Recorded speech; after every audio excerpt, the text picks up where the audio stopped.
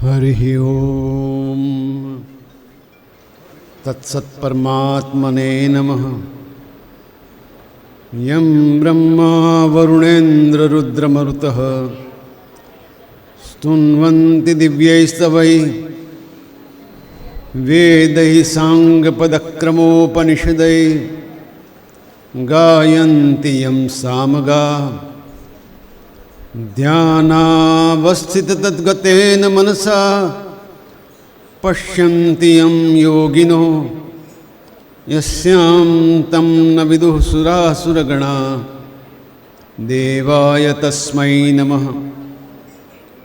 ओंकारं बिन्दुसंयुक्तं यस्तं ध्यायन्ति योगिनः कामदं मोक्षदं चैव ओंकाराय नमो नमः। शान्ताकारं भुजगशयनं पद्मनाभं सुरेशं विश्वाधारं गगनसदृशं मेघवर्णं शुभांगं लक्ष्मीकान्तं कमलनयनं योगिभिर्ध्यानगम्यं वन्दे विष्णुं भवभयहरं सर्वलोकैकनाथं। हरिः ओम वसुदेवसुतं देवं कंसचाणूरमर्दनं देवकी परमानन्दं कृष्णं वन्दे जगद्गुरुं। हरिः ओम नमो भगवते वासुदेवाय। श्री उमिया मात की जय। श्री बाळोज मात की जय। ओम नमः पार्वती पतये हर हर महादेव हर।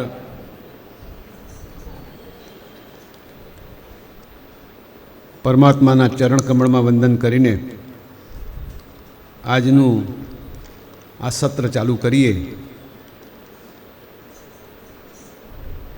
આપણે ત્યાં જે જગતગુરુ થયા છે, શંકરાચાર્યજી છે, રામાનુજાચાર્યજી છે, મધ્વાચાર્યજી છે, શ્રીધર શાસ્ત્રીજી છે અને અનેક એવા જગતગુરુઓએ આપણને માર્ગદર્શન આપ્યું.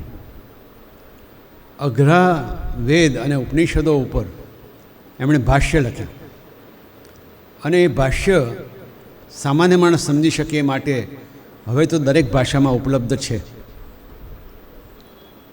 એક શ્લોક છે એ આ ભાષ્યકારોને વંદન કરવા માટેનો છે.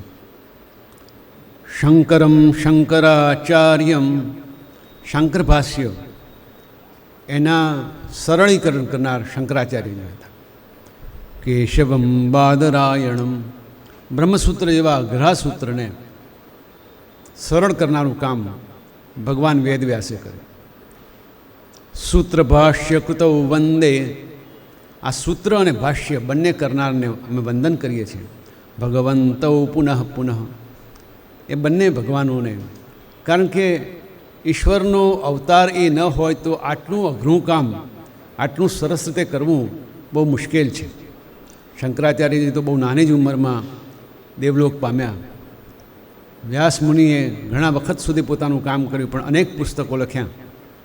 એટલે આ બે મહાનુભાવો, બે મહર્ષિઓ, બે પરમાત્માના અંશ, એમણે આપણા સનાતન ધર્મને જીવતો રાખ્યો અને એટલે માટે એમને વારંવાર વંદન કરવા પડે. પણ એ કહે છે ભગવંતો પુનઃ પુનઃ મહર્ષિર ભગવાન વ્યાસ કૃત્વે મામ સંહિતામ પુરા શ્લોકૈ ચતુર્ભિ ધર્માત્મા પુત્રમધ્યાપયચ્છુકમ. ભગવાન વેદવ્યાસે તો પોતાના દીકરાને 4 જ શ્લોકમાં આ સંસારનો સાર સમજાવવાની કોશિશ કરેલી. પુત્ર છે સુખદેવજી, આપણે એમના વિશે કહી ગયા છે. પુત્રમધ્યાપયચ્છુકમ માતા પિતૃ સહસ્ત્રાણી પુત્ર દારશતાની ચ દિવસે દિવસે મૂઢમ આવિશંતિ ન પંડિતમ. માતા પિતૃ સહસ્ત્ર છે. આપણા હજારો જન્મ થઈ ગયા, હજારો માતાઓ, હજારો પિતાઓ, હજારો પત્નીઓ, હજારો પુત્રો અને પુત્રીઓ આપણા જમા પાસામાં બોલે છે. આપણે કોના પુત્ર ને કોની પુત્રી એ કહેવું મુશ્કેલ છે. ભાગવતમાં આવો એક સરસ મજાનો દાખલો પણ છે. રાજા સંતાનહીન છે, ચિત્રકેતુ નામ છે, બહુ ઝંખના છે પુત્રની, નથી થતા પુત્ર. અનેક રાણીઓ છે, પુત્ર નથી થતો, ખૂબ વિષાદમાં છે. સંતાન તો થવું જોઈએ, મારી રાજગાદીને ભોગવનાર થવો જોઈએ. ઘણા વ્રત વર્તુલા કર્યા, તપ તપસ્યા કરી, કંઈ પરિણામ નથી. એક દિવસે બે મહર્ષિઓ રાજાને ત્યાં આવ્યા છે અને રાજાને કહે છે, રાજા તારી તકલીફ શું છે? રાજા પગમાં આળોટી પડ્યો છે, રાણીઓ સાથે લગભગ રડવા જેવો થઈ ગયો છે કે સંતાનહીન માણસની વળી જિંદગી કેવી? આપ તો મહર્ષિ છો, જાણો છો, મને ગમે તેમ કરીને સંતાન આપો. મહર્ષિએ એમની સામે જોયું અને લલાટમાં જોઈને કીધું કે તારા ભાગ્યમાં સંતાન નથી. રાજાને ખૂબ દુઃખ થયું છે. તમે આટલા મોટા મહર્ષિ, તમે મને કોઈ રીતે તો ઉપાય કરી આપો, કંઈક તો મદદ કરો. મહર્ષિને દયા આવી છે અને એમણે કીધું, સારું, આ એક અર્ઘ્ય આપું છું, રાણીને આપજો અને સંતાન થશે. પણ એક શરત છે, આ સંતાન સુખ પણ આપશે અને દુઃખ પણ આપશે. રાજા કે ભલે જે થવાનું છે થશે, ભવિષ્યમાં થશે, અત્યારે તો સંતાન પ્રાપ્તિ થાય છે. સંતાનને પ્રાપ્તિ થઈ, મુખ્ય રાણી પટરાણીને અર્ઘ્ય આપ્યું, સંતાનનો જન્મ થયો.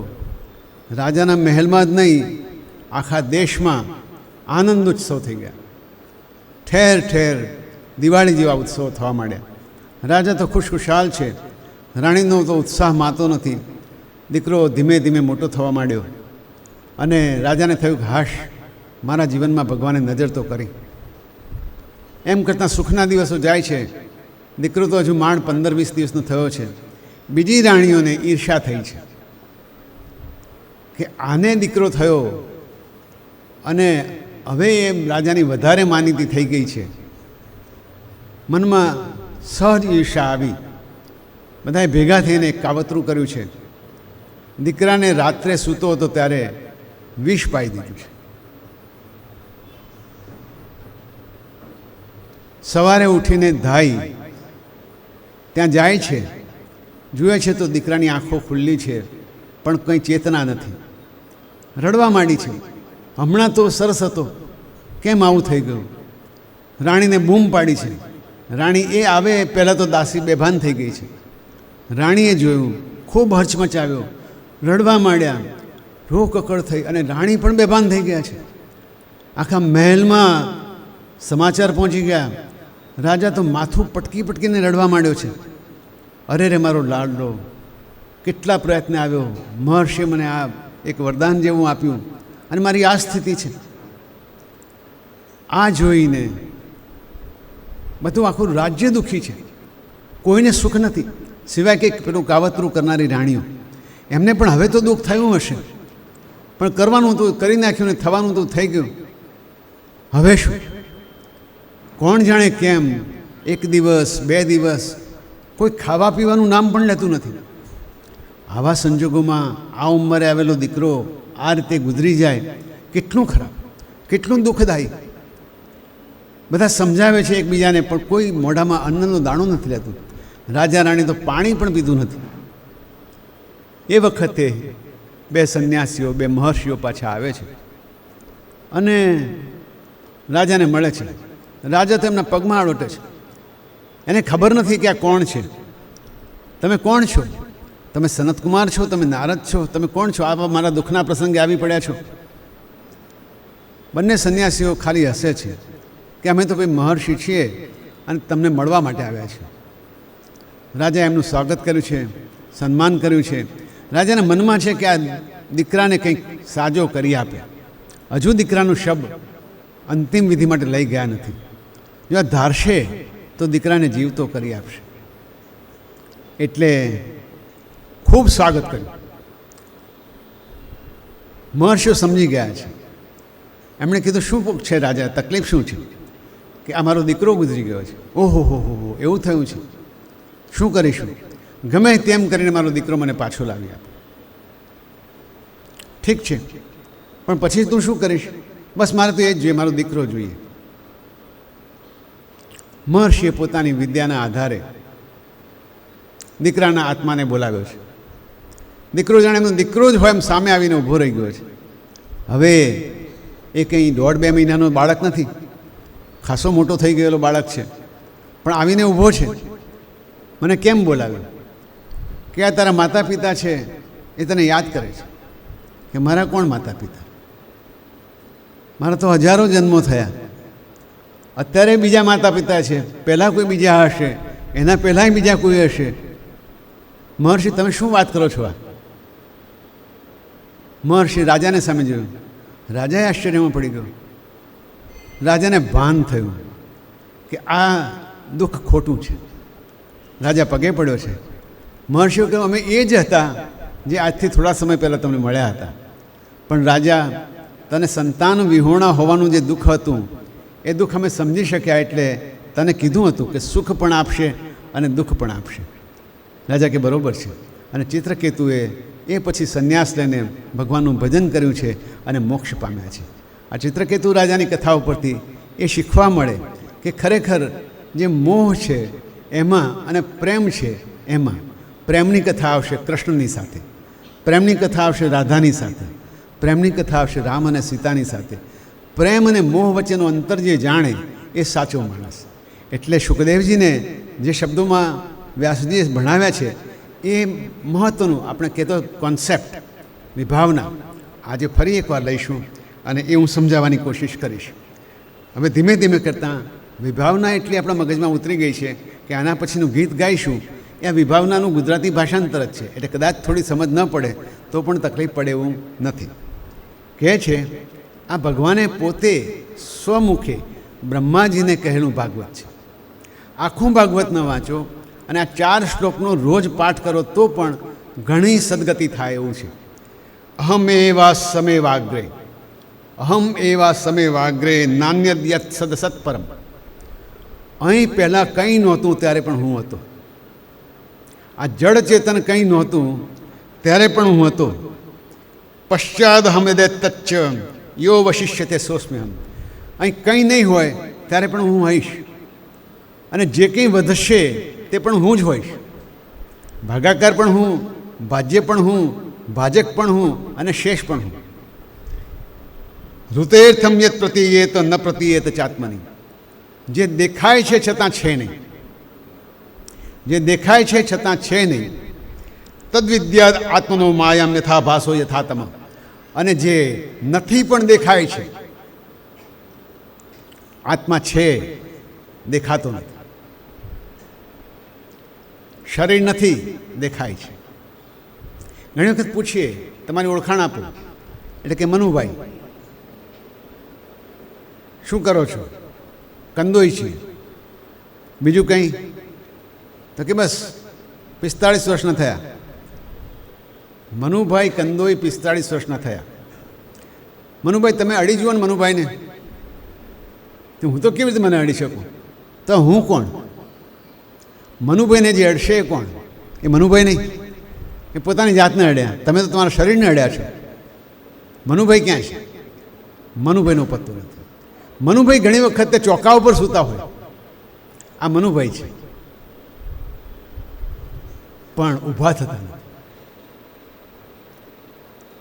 અને જ્યાં મનુભાઈ સ્મશાન ગૃહ તરફ ગયા, મનુભાઈ ગયા, એ મનુભાઈ તો ક્યાંક બીજે પહોંચી ગયા. એટલે આ સદસત પરમ આ માયા છે. જે નથી તે દેખાય છે, અને દેખાય છે નહીં એ માયા છે. યથા મહાંતિ ભૂતાની ભૂતેષુ ઉચ્ચાવશ. નાના મોટા પંચમહાભૂત શરીરમાં હું પ્રવેશું છું, પણ નથી પણ પ્રવેશતો. કેમ કે હું જે છું, જે કર્તા છે એ જ કર્મ છે, બે વચ્ચે તફાવત નથી. એટલે પ્રવિષ્ટાની અપ્રવિષ્ટાની તથા તેષુ ન તેષુ હમ. એટલે હું પ્રવેશ્યો પણ છું, નથી પણ પ્રવેશ્યો. આ સનાતન ધર્મનો પાયો છે, આ બ્રહ્મ વિદ્યા છે. એતાવદેવ જિજ્ઞાસ્થમ તવ જિજ્ઞાસુનાત્મન. જેને જિજ્ઞાસા હોય એને માટે આટલું જ જાણવું જરૂરી છે. અન્વય વ્યતિરેકાભ્યામ યત સ્યાત સર્વત્ર સર્વદા. આ બ્રહ્મ નથી એવું કહો કે આ બ્રહ્મ છે, આ બ્રહ્મ છે, એમ અન્વય કરો કે વ્યતિરેક કરો, સનાતન સત્ય આ જ છે. આ ચતુષ્ટોકી ભાગવત કહેવાય છે. જીવનનો સાર આ જ છે. પણ આટલું ગૂઢ, એકદમ ઘૂંટેલું કદાચ આપણને પચે નહીં. એટલે માટે આપણા પહેલાં ઘણા બધાઓએ પ્રયત્ન કર્યા. અને ગુજરાતમાં આપણે જેમ ગઈકાલે નાનાલાલને યાદ કર્યા હતા, એના પહેલાં પ્રીતમલાલ મજુમદારને યાદ કર્યા હતા. અને આપણે પ્રાથમિક શાળાથી ભણાવાય છે. એટલે આજે એક નાનકડું કાવ્ય અને ત્રીજા કવિનું કાવ્ય, જે કવિ ગુજરાતના આદિ કવિ કહેવાય છે, આદ્ય કવિ, અને હંમેશા લખે ભણે નરસૈયું, એમનું આ અને મોટે ભાગે નરસિંહ મહેતાએ પ્રભાતિયા લખ્યા છે. અખિલ બ્રહ્માંડમાં એક તું શ્રી હરિ, જૂજવે રૂપે અનંત ભાસે. ગામનો ગોવાળ પણ ગાય, ગામનો અભણ કામદાર પણ ગાય, મોટો શેઠ પણ ગાય. આ પ્રભાતિયા સદીઓથી ગવાતા આવ્યા છે. દેહમાં દેવ તું, તેજમાં તત્વ તું, શૂન્યમાં શબ્દ થઈ વેદવાસે. હે અખિલ બ્રહ્માંડમાં એક તું શ્રી હરિ, જુજવે રૂપે અનંત ભાસે. પવન તું, પાણી તું, ભૂમિ તું ભૂધરા, વૃક્ષ થઈ ફૂલી રહ્યો આકાશે. છેલ્લા 2 દિવસમાં પંચમહાભૂતની વાત કરી છે, તન્માત્રાઓની વાત કરી છે, એમના દેવોની વાત કરી છે. એટલે આ તરત સમજમાં આવશે. વિવિધ રચના કરી અનેક રસ લેવાને, શિવ થકી જીવ થયો એ જ આશે. શિવ થકી જીવ થયો, જે શિવ છે એ જીવ થયો. ઉપનિષદ સૂત્ર છે અને એનું એક નાનકડા 2 શ્લોકો છે કે આ હૃદય કુટીરમાં 2 પક્ષીઓ વસે છે. દ્વા સુપર્ણા સયુજા સખાય સમાનમ વૃક્ષમ પરિશસ્વ જાતે. એ 2 પક્ષીઓ હૃદય કોટરમાં બેઠેલા છે. અને બંનેમાંથી એક પક્ષી એવું છે કે બધા ભોગ ભોગવે છે, ખાય છે, પીએ છે, રમે છે, નાચે છે, સૂઈ જાય છે. પણ બીજું પક્ષી આ બધું જોઈ રહ્યું છે. એ તટસ્થ ભાવે આ બધું થતું જોઈ રહ્યું છે. જે જુએ છે એ જીવાત્મા છે, જે કરે છે, જે જુએ છે શિવાત્મા છે, જે કરે છે જીવાત્મા છે. ઈશ્વર ત્યાં જ બેઠેલો છે. બંને પક્ષીઓ જોડે જ છે, પણ એકનું પુનરાવર્તન થાય છે, એકનું કદી પુનરાવર્તન થતું નથી. દ્વા સુપર્ણા સયુજા સખાય સમાનમ વૃક્ષમ સમિક્ષ જાતે. એ વૃક્ષની કોટરમાં 2 પક્ષીઓ બેઠેલા છે. હૃદય કોટરની વાત છે. વેદ તો એમ વદે, શ્રુતિ સ્મૃતિ સાથ દે, કનક કુંડળ વિશે ભેદ ન હોય. કનક અને કુંડળ મૂળ તો સોનું જ છે. એને કનક બનાવો, કુંડળ બનાવો કે બંગડી બનાવો કે હાર બનાવો કે વીંટી બનાવો, સોનું તો સોનું જ, હેમ તો હેમનું જ રહેવાનું છે.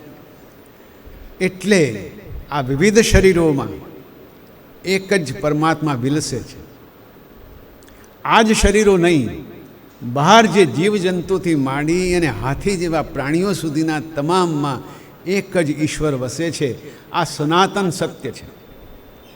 એટલે કહે છે વેદ તો એમ વદે, શ્રુતિ સ્મૃતિ સાથ દે, કનક કુંડળ વિશે ભેદ ન હોય.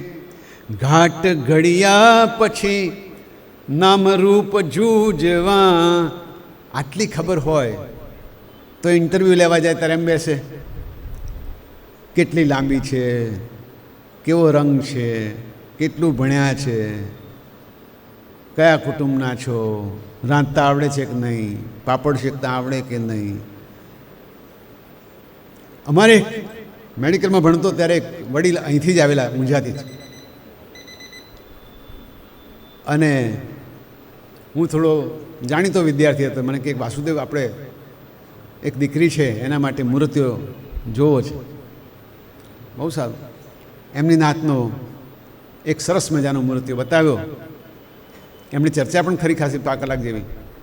પછી કે એના ગયા પછી કે સારો છે, પણ આમ થોડો કુળવાન હોય તો વધારે સારું, અને થોડી હાઇટ તમને નથી લાગતી થોડી ઓછી છે? બેબી આપણી 5 ફૂટ 6 ઇંચ, આ બહુ તો 5 ફૂટ 8 ઇંચ હશે,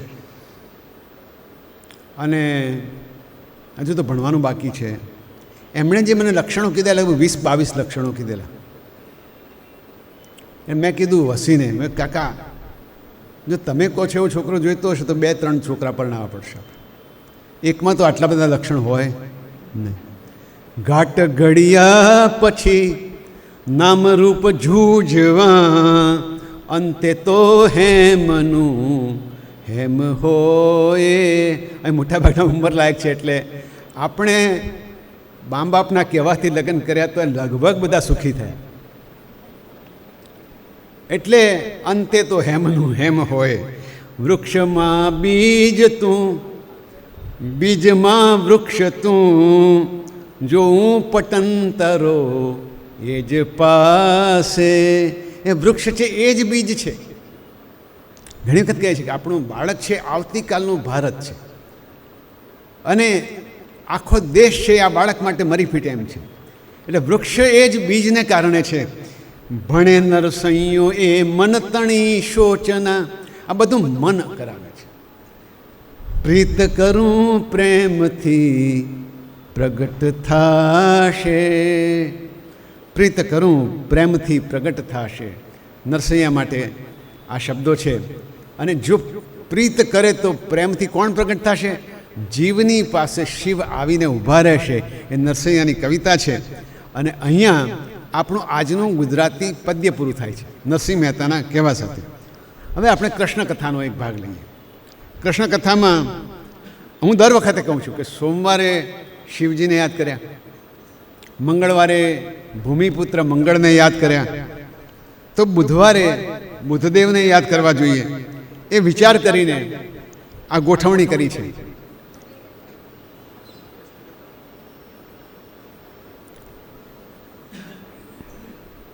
આમાં પાછું એવું યાદ આવ્યું, એક સારો સંગીતકાર સરસ મજાનું ગાતો હતો, ભૈરવી રાગ, માલકંસ, અડાણા ગાતો હતો. બસ મજામાં આવીને ગાતો હતો. મન તરપત હરિદર્શન કો આજને. તો એક માણસ વારંવાર ઊભો થાય, એટલે પેલાને શંકા કે આ મને શોધે છે કે શું. 2 વાર ઊભો થયો, 3 વાર ઊભો થયો. એટલે એણે કીધું, ભાઈ શું છે? ના, કે તમે તમારે ગાયા કરો, કે તમારે જે કરવું એ કરો, મારે બીજા માણસનું કામ છે. એટલે વચ્ચે વચ્ચે જે ઊભા થાય એ જરા ધ્યાન તો જરૂર ખેંચતા હોય છે. હવે જે વાત કરીશું એ બ્રહ્માજીની વાત બરાબર યાદ હશે. વિરાટ પુરુષમાંથી, નાભી કમળમાંથી ઉપજેલા બ્રહ્મા, એમણે સૃષ્ટિ સર્જવાનું કામ કરવાનું છે. એમના થકી સપ્તર્ષિઓ જન્મ્યા છે, માનસ પુત્રો છે. અને સપ્તર્ષિઓમાં એક છે અત્રિ. અત્રિ નામ જ સરસ છે. ત્રિગુણાતીત, ત્રિગુણથી દૂર હોય, સત્વ રજસ તમસથી દૂર હોય એ અત્રિ.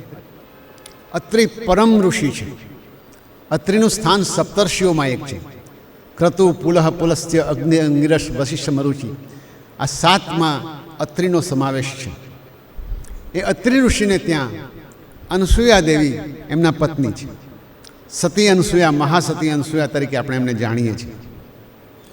સતી અનસૂયા પૂરેપૂરા પતિપરાયણ છે. એટલા બધા પતિપરાયણ કે દેવીઓને પણ શંકા કરી કે આટલું બધું પતિ માટેનું સન્માન, ડેડિકેશન, આત્મસમર્પણ બહુ કહેવાય. આપણે ચકાસણી કરીએ. એટલે પાર્વતીજી શંકરજી પાસે જાય છે કહે છે આ એક કામ કરવાનું છે. શંકરજી કે ભોળા ભાવે શું કામ છે?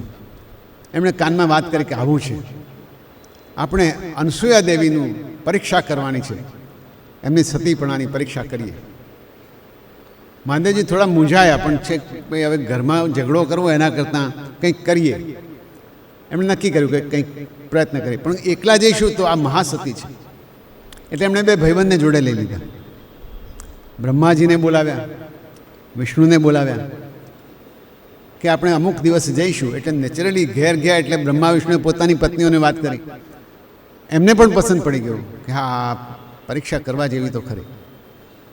અને આ ત્રણ વિભૂતિઓ બ્રહ્મા, વિષ્ણુ અને મહેશ, જગતના સર્જક, પાલનહાર અને વિધ્વંસક, ત્રણેય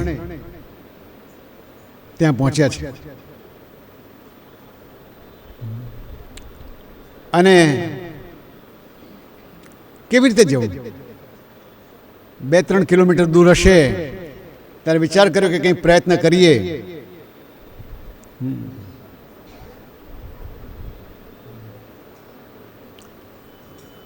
વાર લાગે એવું છે. ઓકે, ટપકું ટપકું આવે. હા, ઓકે.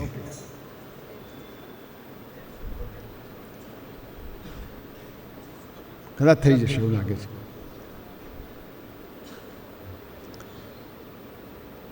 તો આપણા ત્રણ પૂજનીય દેવ અનસૂયાજી પાસે અત્રિ ઋષિના આશ્રમમાં પહોંચ્યા છે, પણ થોડા કિલોમીટર દૂર એમણે સ્વાંગ બદલી દીધો છે. આ સતી પાસે જવું હશે તો બ્રાહ્મણ તરીકે, બ્રહ્મચારી તરીકે જવું પડશે. સરસ મજાના પુરોહિત જેવા પોતાના દીદાર કર્યા છે અને જઈને ભિક્ષાન દેહી કરીને ઊભા રહ્યા છે. સતી બહાર આવ્યા છે. ખબર તો પડી જાય છે, સત્ય જેની પાસે છે એને ખ્યાલ ના આવે એવું બને નહીં. ભિક્ષા આપવા માટે જાય છે, ત્યાં અટકાવે છે. ઊભા રહો, ઊભા રહો, અમારી એક શરત છે. અરે મહારાજ, શું શરત? ભિક્ષા લઈ લો. ના ના ના ના ના ના, કોઈ પણ વસ્ત્ર સાથેની સ્ત્રીનું અમે ભિક્ષા લેતા જ નથી. અમે તો અખંડ બ્રહ્મચારીઓ છીએ, સ્ત્રી સામે જોતા પણ નથી. પણ આજે તમે આવ્યા છો તો દિગંબર સ્વરૂપે જ આવી શકાશે. અમને આ માયા જરાય ગમતી નથી. સતી વિચારમાં પડે કે ભલે, હું તમને ભિક્ષા આપું છું. સતી એમની ઉપર પોતાની કમંડળમાંથી જળ છાંટ્યું છે અને જળ છાંટતા જ બ્રહ્મા, વિષ્ણુ અને મહેશ નાનકડા બાળકો બની ગયા છે અને ત્યાં પગ ઘસડવા માંડ્યા છે.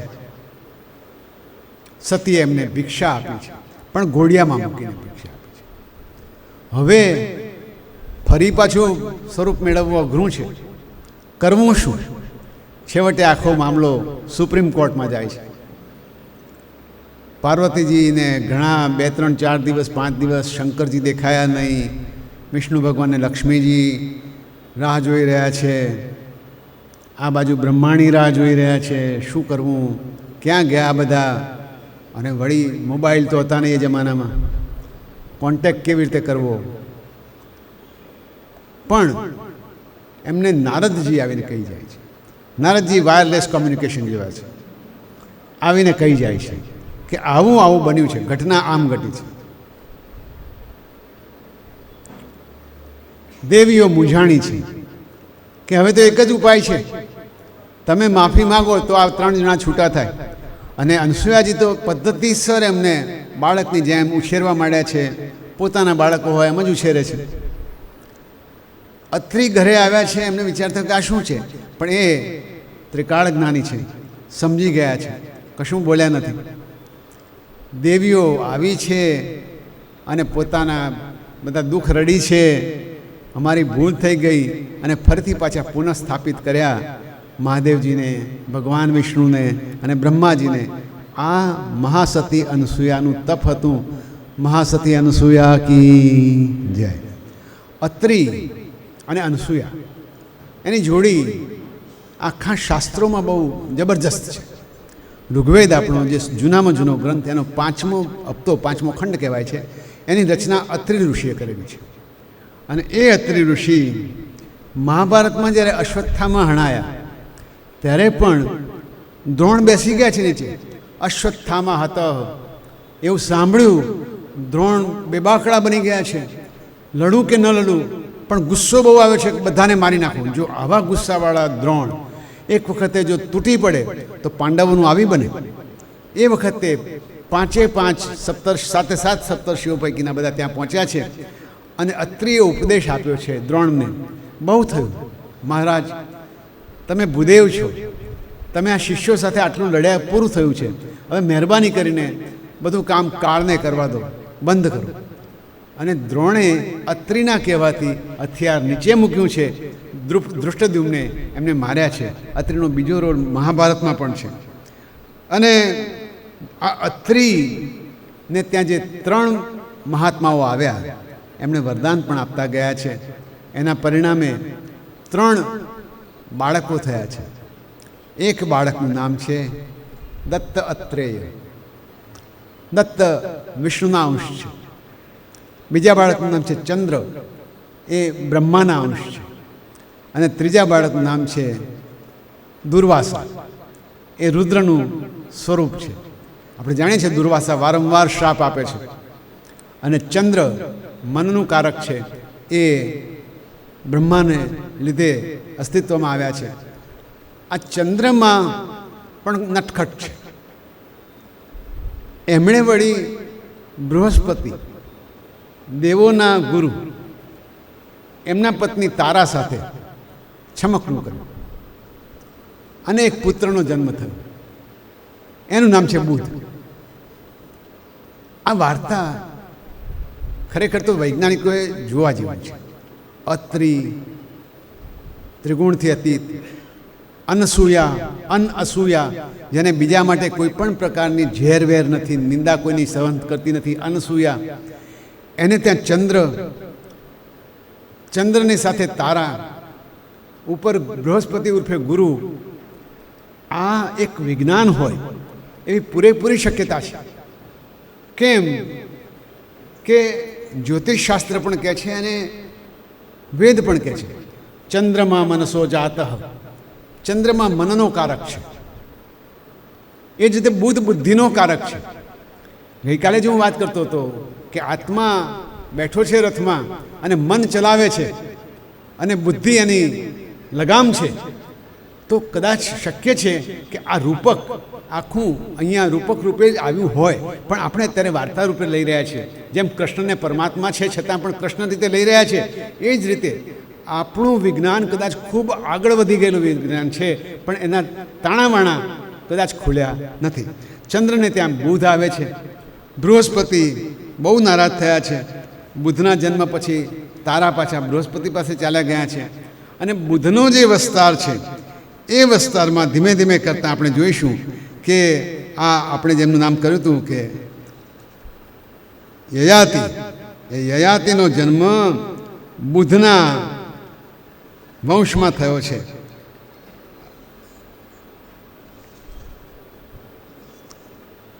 વચ્ચે એક જ પેઢી ખૂટે. આ જ્યારે હું આ કહું છું કે અત્રિ પછી ચંદ્ર, ચંદ્ર પછી બુધ, આ બધા વચ્ચે પુરાણો એમ કે છે સેંકડો વર્ષ વહી ગયા.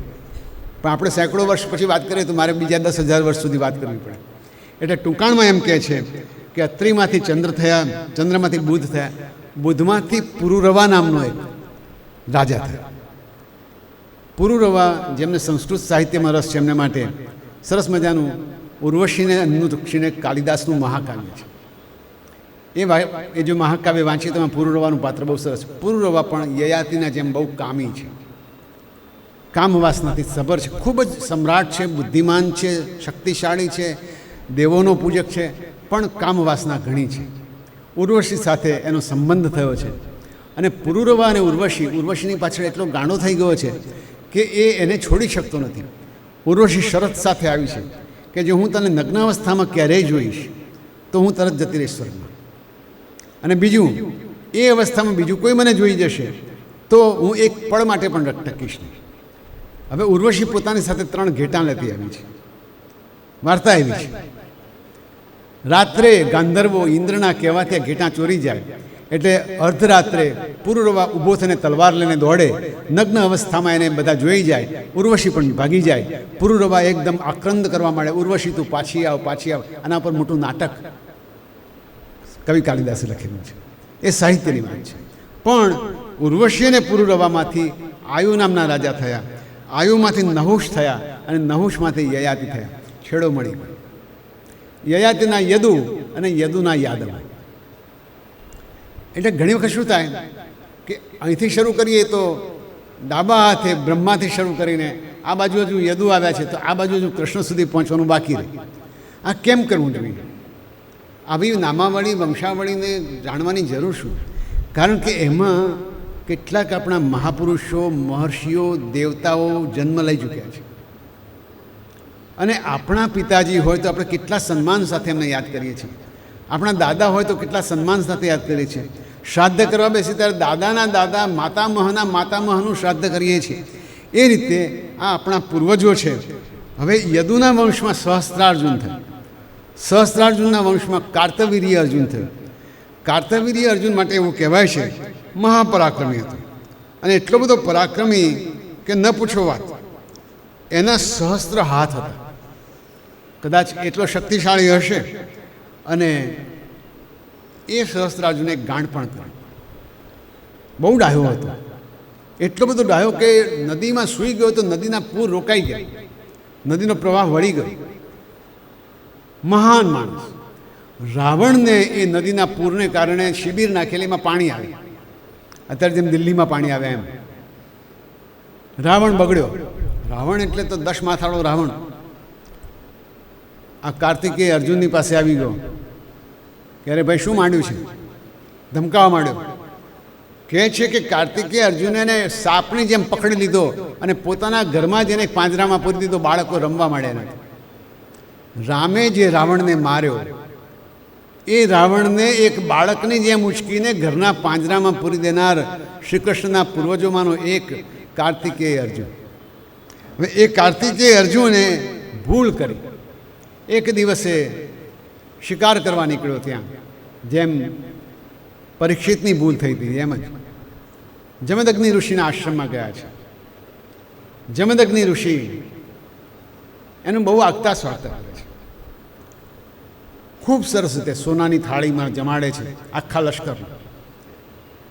રાજાને નવાઈ લાગી કે આ ઋષિ આટલી બધી સંપત્તિ એના પાસે ક્યાંથી? ઋષિ પાસે કામધેનુ ગાય હતી. જ્યારે જેવો અવસર આવે એવો અવસર એવું ઉજવતા હતા. એટલે પેલાની નજર બગડી. કામધેનુ ગાય છે, ખેંચી લો આપણી સાથે. આવે છે ગુજરાતીમાં એક કલાપીની કવિતા હતી, ગ્રામ્ય માતા, જે ભણ્યા છે એમને. રાજા નીકળે છે, જુએ છે શેરડીનું સરસ ખેતર છે. એટલે ત્યાં બેઠેલી એક વૃદ્ધ સ્ત્રી છે. એ એમના શેરડીમાંથી કાપીને એક કટકો આપે છે. તો આમ કાપવા જાય ને રસની ધાર છૂટે છે. રાજા કે ઓહો હો, આવી શેરડી મારા રાજ્યમાં થાય છે તો હું કરવેરો ઓછો લેતો લાગુ છું. અને બીજો પ્યાલો માગે છે તો બીજા પ્યાલાને કાપવા જાય તો રસ નીકળતો જ નથી. તમને યાદ કરાવું. ઉગે છે સુરખી ભરી રવિ મૃદુ, હેમંતનો પૂર્વમાં. ભૂરું છે નભ સ્વચ્છ સ્વચ્છ દિસતી, એકે નથી વાદળી. ઠંડો હિમ ભર્યો વહે અનિરશો, ઉત્સાહને પ્રેરતો. એ ઉત્સાહ ભરી દિશે શુકવડી, ગાતા મીઠા ગીતડા. એવા મુખડાથી આ કવિતા શરૂ થતી હતી. અને પછી વૃદ્ધ માતા અને તાત તાકે છે સગડી કરી. અહો કેવું સુખી જોડું કરતા એ નિર્મ્યું દિશે. ત્યાં ધૂળ દૂર નજરે ઉડતી પડે છે, ને અશ્વ ઉપર ચડી નર કોઈ આવે.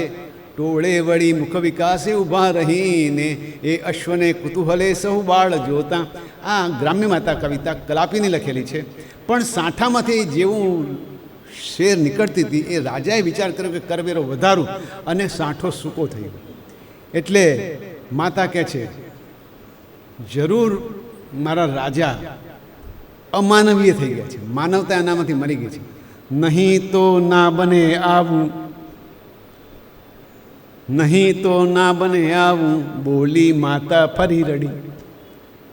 આની જેમ જ જમદગ્નિના આશ્રમમાં જઈને એની સુખ સંપત્તિ જોઈને ગાયને કામધેનુને ભાંભરડા મારતી ગાયને ખેંચીને સહસ્ત્રાર્જુન અને સૈનિક પાછા આવી ગયા છે, રાજધાનીમાં પહોંચ્યા છે.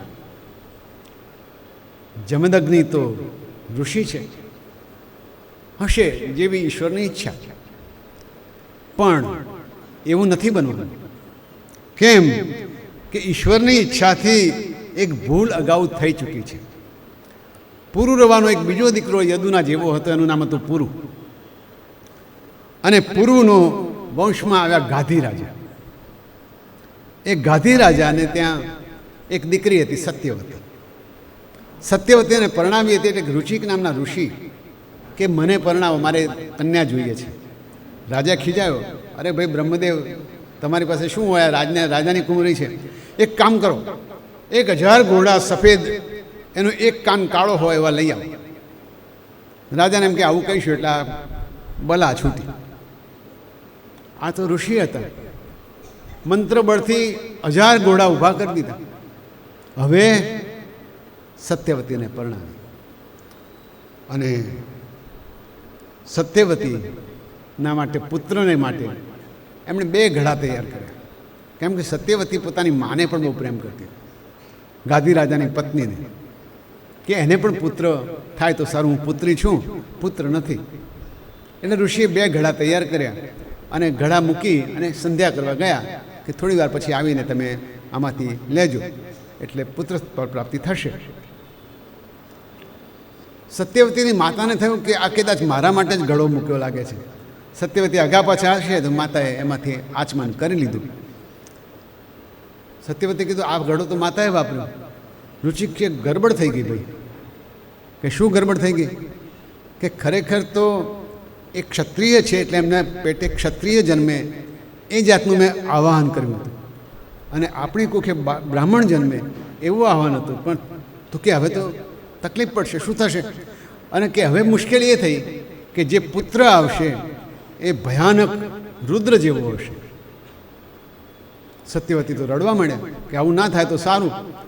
તો કે એક જ હવે ઉપાય છે, પુત્રને બધે પૌત્ર એવો આવી શકે, મારા મંત્રોની પણ એક મર્યાદા છે. સત્યવતીને ત્યાં જમદગ્નિનો જન્મ થયો અને જમદગ્નિને ત્યાં રેણુકાથી પરશુરામનો જન્મ થયો છે. આ સહસ્ત્રાર્જુનને ખબર નહીં કે પરશુરામ જમદગ્નિના પુત્ર છે. પરશુરામ પાછા આવ્યા છે, જોયું છે કે જમદગ્નિના આશ્રમના બધા દુઃખી છે, ઋષિ તો પોતાના તપમાં વ્યસ્ત છે. અને પરશુરામનો ગુસ્સો 7મા આસમાને પહોંચ્યો છે. ખભે બાણ, હાથમાં ધનુષ્ય લઈને, ધનુષ્ય બાણ લઈ, હાથમાં ફરસો લઈને નીકળ્યા છે. કદાચ ગુજરાતી સાહિત્યમાં રસ હોય તો ભગવાન પરશુરામ નામની કનૈયાલાલ મુનશીની એક નવલકથા છે, વાંચજો, બહુ મજા આવશે. કારણ કે કનૈયાલાલ પોતે ભૃગુવંશી છે અને એમણે લખેલું છે. તો પરશુરામે હુમલો કર્યો. સહસ્ત્રાર્જુનને લાગ્યું કે એક ઋષિપુત્ર આવ્યો છે, મારી સેના સામનો કરી લેશે. કેટલી બળવાન સેના! બધા તૂટી પડ્યા. પરશુરામનો ફરસો તો વીજળીની જેમ ફર્યા કરે છે, હાથ પગ કપાતા જાય છે, સેના ખતમ ઘડીક વારમાં. સહસ્ત્રાર્જુનને નવાઈ લાગી, પોતે લડવા આવ્યો, ખૂબ ઘમંડ સાથે લડવા આવ્યો. સહસ્ત્રાર્જુનના 1000 હાથ કાપ્યા છે, મસ્તક પણ કપાઈ ગયો છે. પરશુરામ પાછા આવ્યા છે. પરશુરામ પાછા આવીને પોતાની અને સહસ્ત્રાર્જુનની વચ્ચે થયેલી લડાઈની વાત પિતાજીને કહે છે. પિતા અસલ બ્રાહ્મણ છે, એમણે કહેલો શ્લોક અમારે માટે માર્ગદર્શક છે. એવું કહે છે, વયમ હિ બ્રાહ્મણા તાત ક્ષમયાર્હણતામ ગતા યયાલોક ગુરુદેવ પારમેષ્ઠ્યમ અગાતપદ. આપણે બ્રાહ્મણો છીએ. બ્રાહ્મણ ક્ષમાશીલ હોય, બ્રાહ્મણ અક્રોધી હોય, અને એને કારણે જ આપણું વિશ્વમાં ગુરુ તરીકેનું માન છે. ત્યાં જે કર્યું એ ખોટું કર્યું છે, અને એટલે માટે રાજાને મારવો એ તો બહુ મોટું પાપ છે. જુઓ, આટલું દુઃખ પડવા છતાં ઋષિ જરાય ચલિત થતા નથી. આ બ્રહ્મત્વ છે. અને પરશુરામે પિતાજીના કહેવા પ્રમાણે પ્રાયશ્ચિત્ત કર્યું છે. પ્રાયશ્ચિત્ત કરીને પાછા આવ્યા છે. એક દિવસ એવું બન્યું કે પરશુરામના માતા રેણુકાજી એ નદીએ પૂજા પાનની વસ્તુઓ લેવા ગયા છે, નદીમાંથી જળ લેવા ગયા છે. એ વખતે ગંધર્વની નજર પડી ગઈ છે. અને ગંધર્વ તો રૂપરૂપનો અંબાર હોય છે. રેણુકાજીનું મન સહેજ ચલિત થયું છે. થોડું મોડું થયું ઘરે આવવાનું.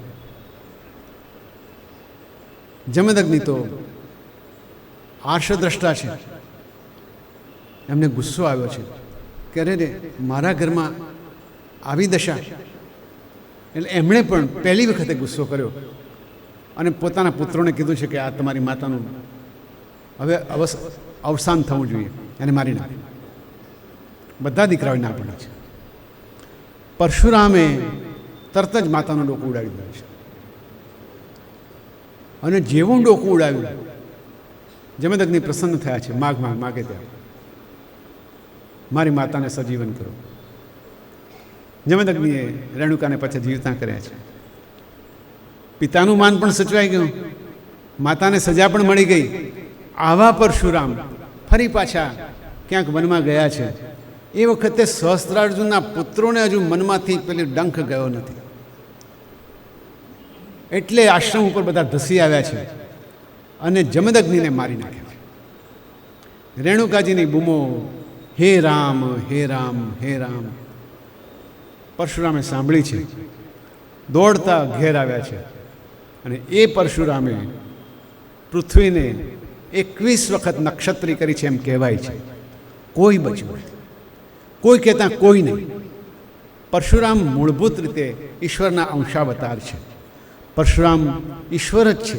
ઈશ્વરે જ્યારે આ ધરતી ઉપરનો પાપી રાજાઓનો ભાર ઓછો કરવાનું વિચાર્યું હોય ત્યારે એક નાનકડી પટકથા લખીને અવતાર લીધો છે. ભગવાન પરશુરામ કી જય. અને જમદગ્નિ સાથે જે વ્યવહાર થયો યાદ રાખીને એમણે જમદગ્નિનું તર્પણ કર્યું છે. એમને ફરીથી પુનઃસ્થાપિત કર્યા છે. સપ્તર્ષિઓમાંનું એક નામ જમદગ્નિનું પણ બોલે છે. એ પરશુરામજીને યાદ કર્યા પછી આપણે આગળ વધીએ તે પહેલાં એક ધૂન બોલાવી લઈએ. શ્રીમન નારાયણ નારાયણ નારાયણ,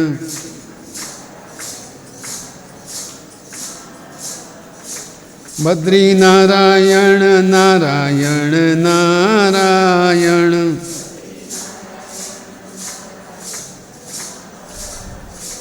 શ્રીમન નારાયણ નારાયણ નારાયણ,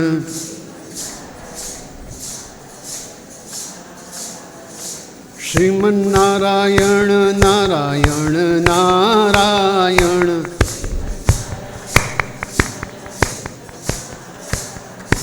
શ્રીમન નારાયણ નારાયણ નારાયણ,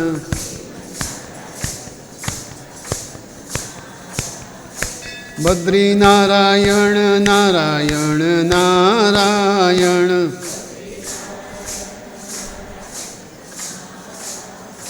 સૂર્ય નારાયણ નારાયણ નારાયણ,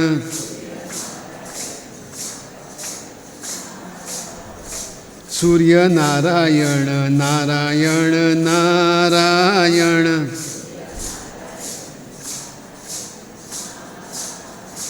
બદ્રી નારાયણ નારાયણ નારાયણ,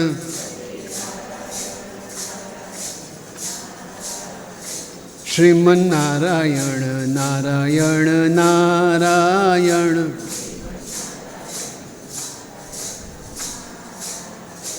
સત્ય નારાયણ નારાયણ નારાયણ,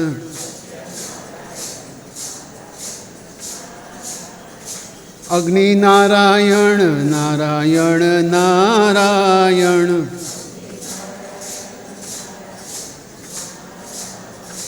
સૂર્ય નારાયણ નારાયણ નારાયણ,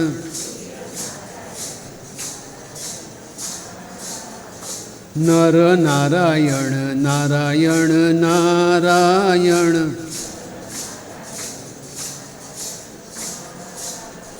નર નારાયણ નારાયણ નારાયણ,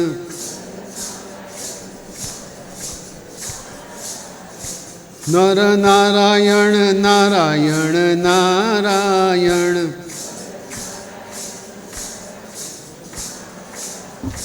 શ્રીમન નારાયણ નારાયણ નારાયણ.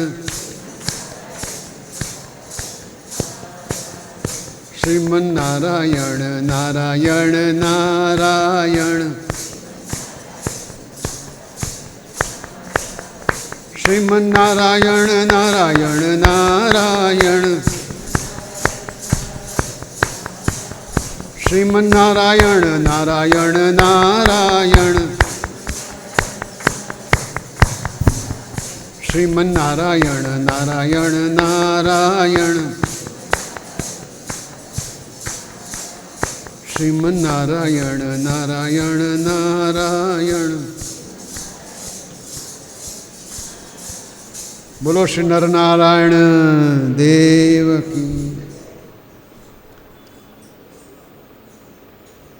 આ બધી જે કથા છે એ કથા ધીમે ધીમે કરતાં શ્રી કૃષ્ણ ભગવાન સુધી આપણને લઈ જાય એવા ઉદ્દેશ્ય સાથે આજે આપણે પરશુરામ અવતારની પણ વાત કરી અને એમાં થોડાક આગળ જઈએ તો કાર્તવીર્ય અર્જુન સુધી આપણે પહોંચ્યા ત્યારે એમના પુત્ર છે, એમના વંશવેલામાં છે મધુ નામના રાજા થયા. હવે યાદ આવશે કે કૃષ્ણને માધવ કેમ કહે છે. મધુના વંશજ છે માટે માધવ. અને ગીતામાં જ કૃષ્ણ એમ કહે છે વૃષ્ણિનામ તું માધવ, હું વૃષ્ણિઓમાં હું છું. એટલે મધુના વંશમાં વૃષ્ણિ થયા. વૃષ્ણિના વંશજ હોવાથી કૃષ્ણને વાર્ષ્ણેય પણ કહેવાય છે. જેમ ગંગાના પુત્ર ભીષ્મને ગાંગેય કહેવાય એવી રીતે વૃષ્ણિના પુત્રને વાર્ષ્ણેય કૃષ્ણ છે. વૃષ્ણિના જે સંતાનો છે એમાં શ્વફલ્ક નામના એક રાજા છે. શ્વફલ્ક એટલા પવિત્ર છે કે જ્યાં જાય ત્યાં વરસાદ પડે. જો દુકાળ હોય તો વરસાદ પડે, ત્યાં ધન સંપત્તિ બરોબર રહે અને દેવો ત્યાં રાજી રહે. આ શ્વફલ્કના પુત્ર છે અક્રૂર. નામ યાદ આવી જશે. આપણે યશોધર મહેતાની વાત કરી કે એક જ વખતે બધા માણસોનું એક સાથે જન્મવું અથવા તો ભેગા થવું એનું નામ જ ભગવાનની યોજના. શ્વફલ્કના પુત્ર છે અક્રૂર. અક્રૂર પણ આ જ વંશમાં છે.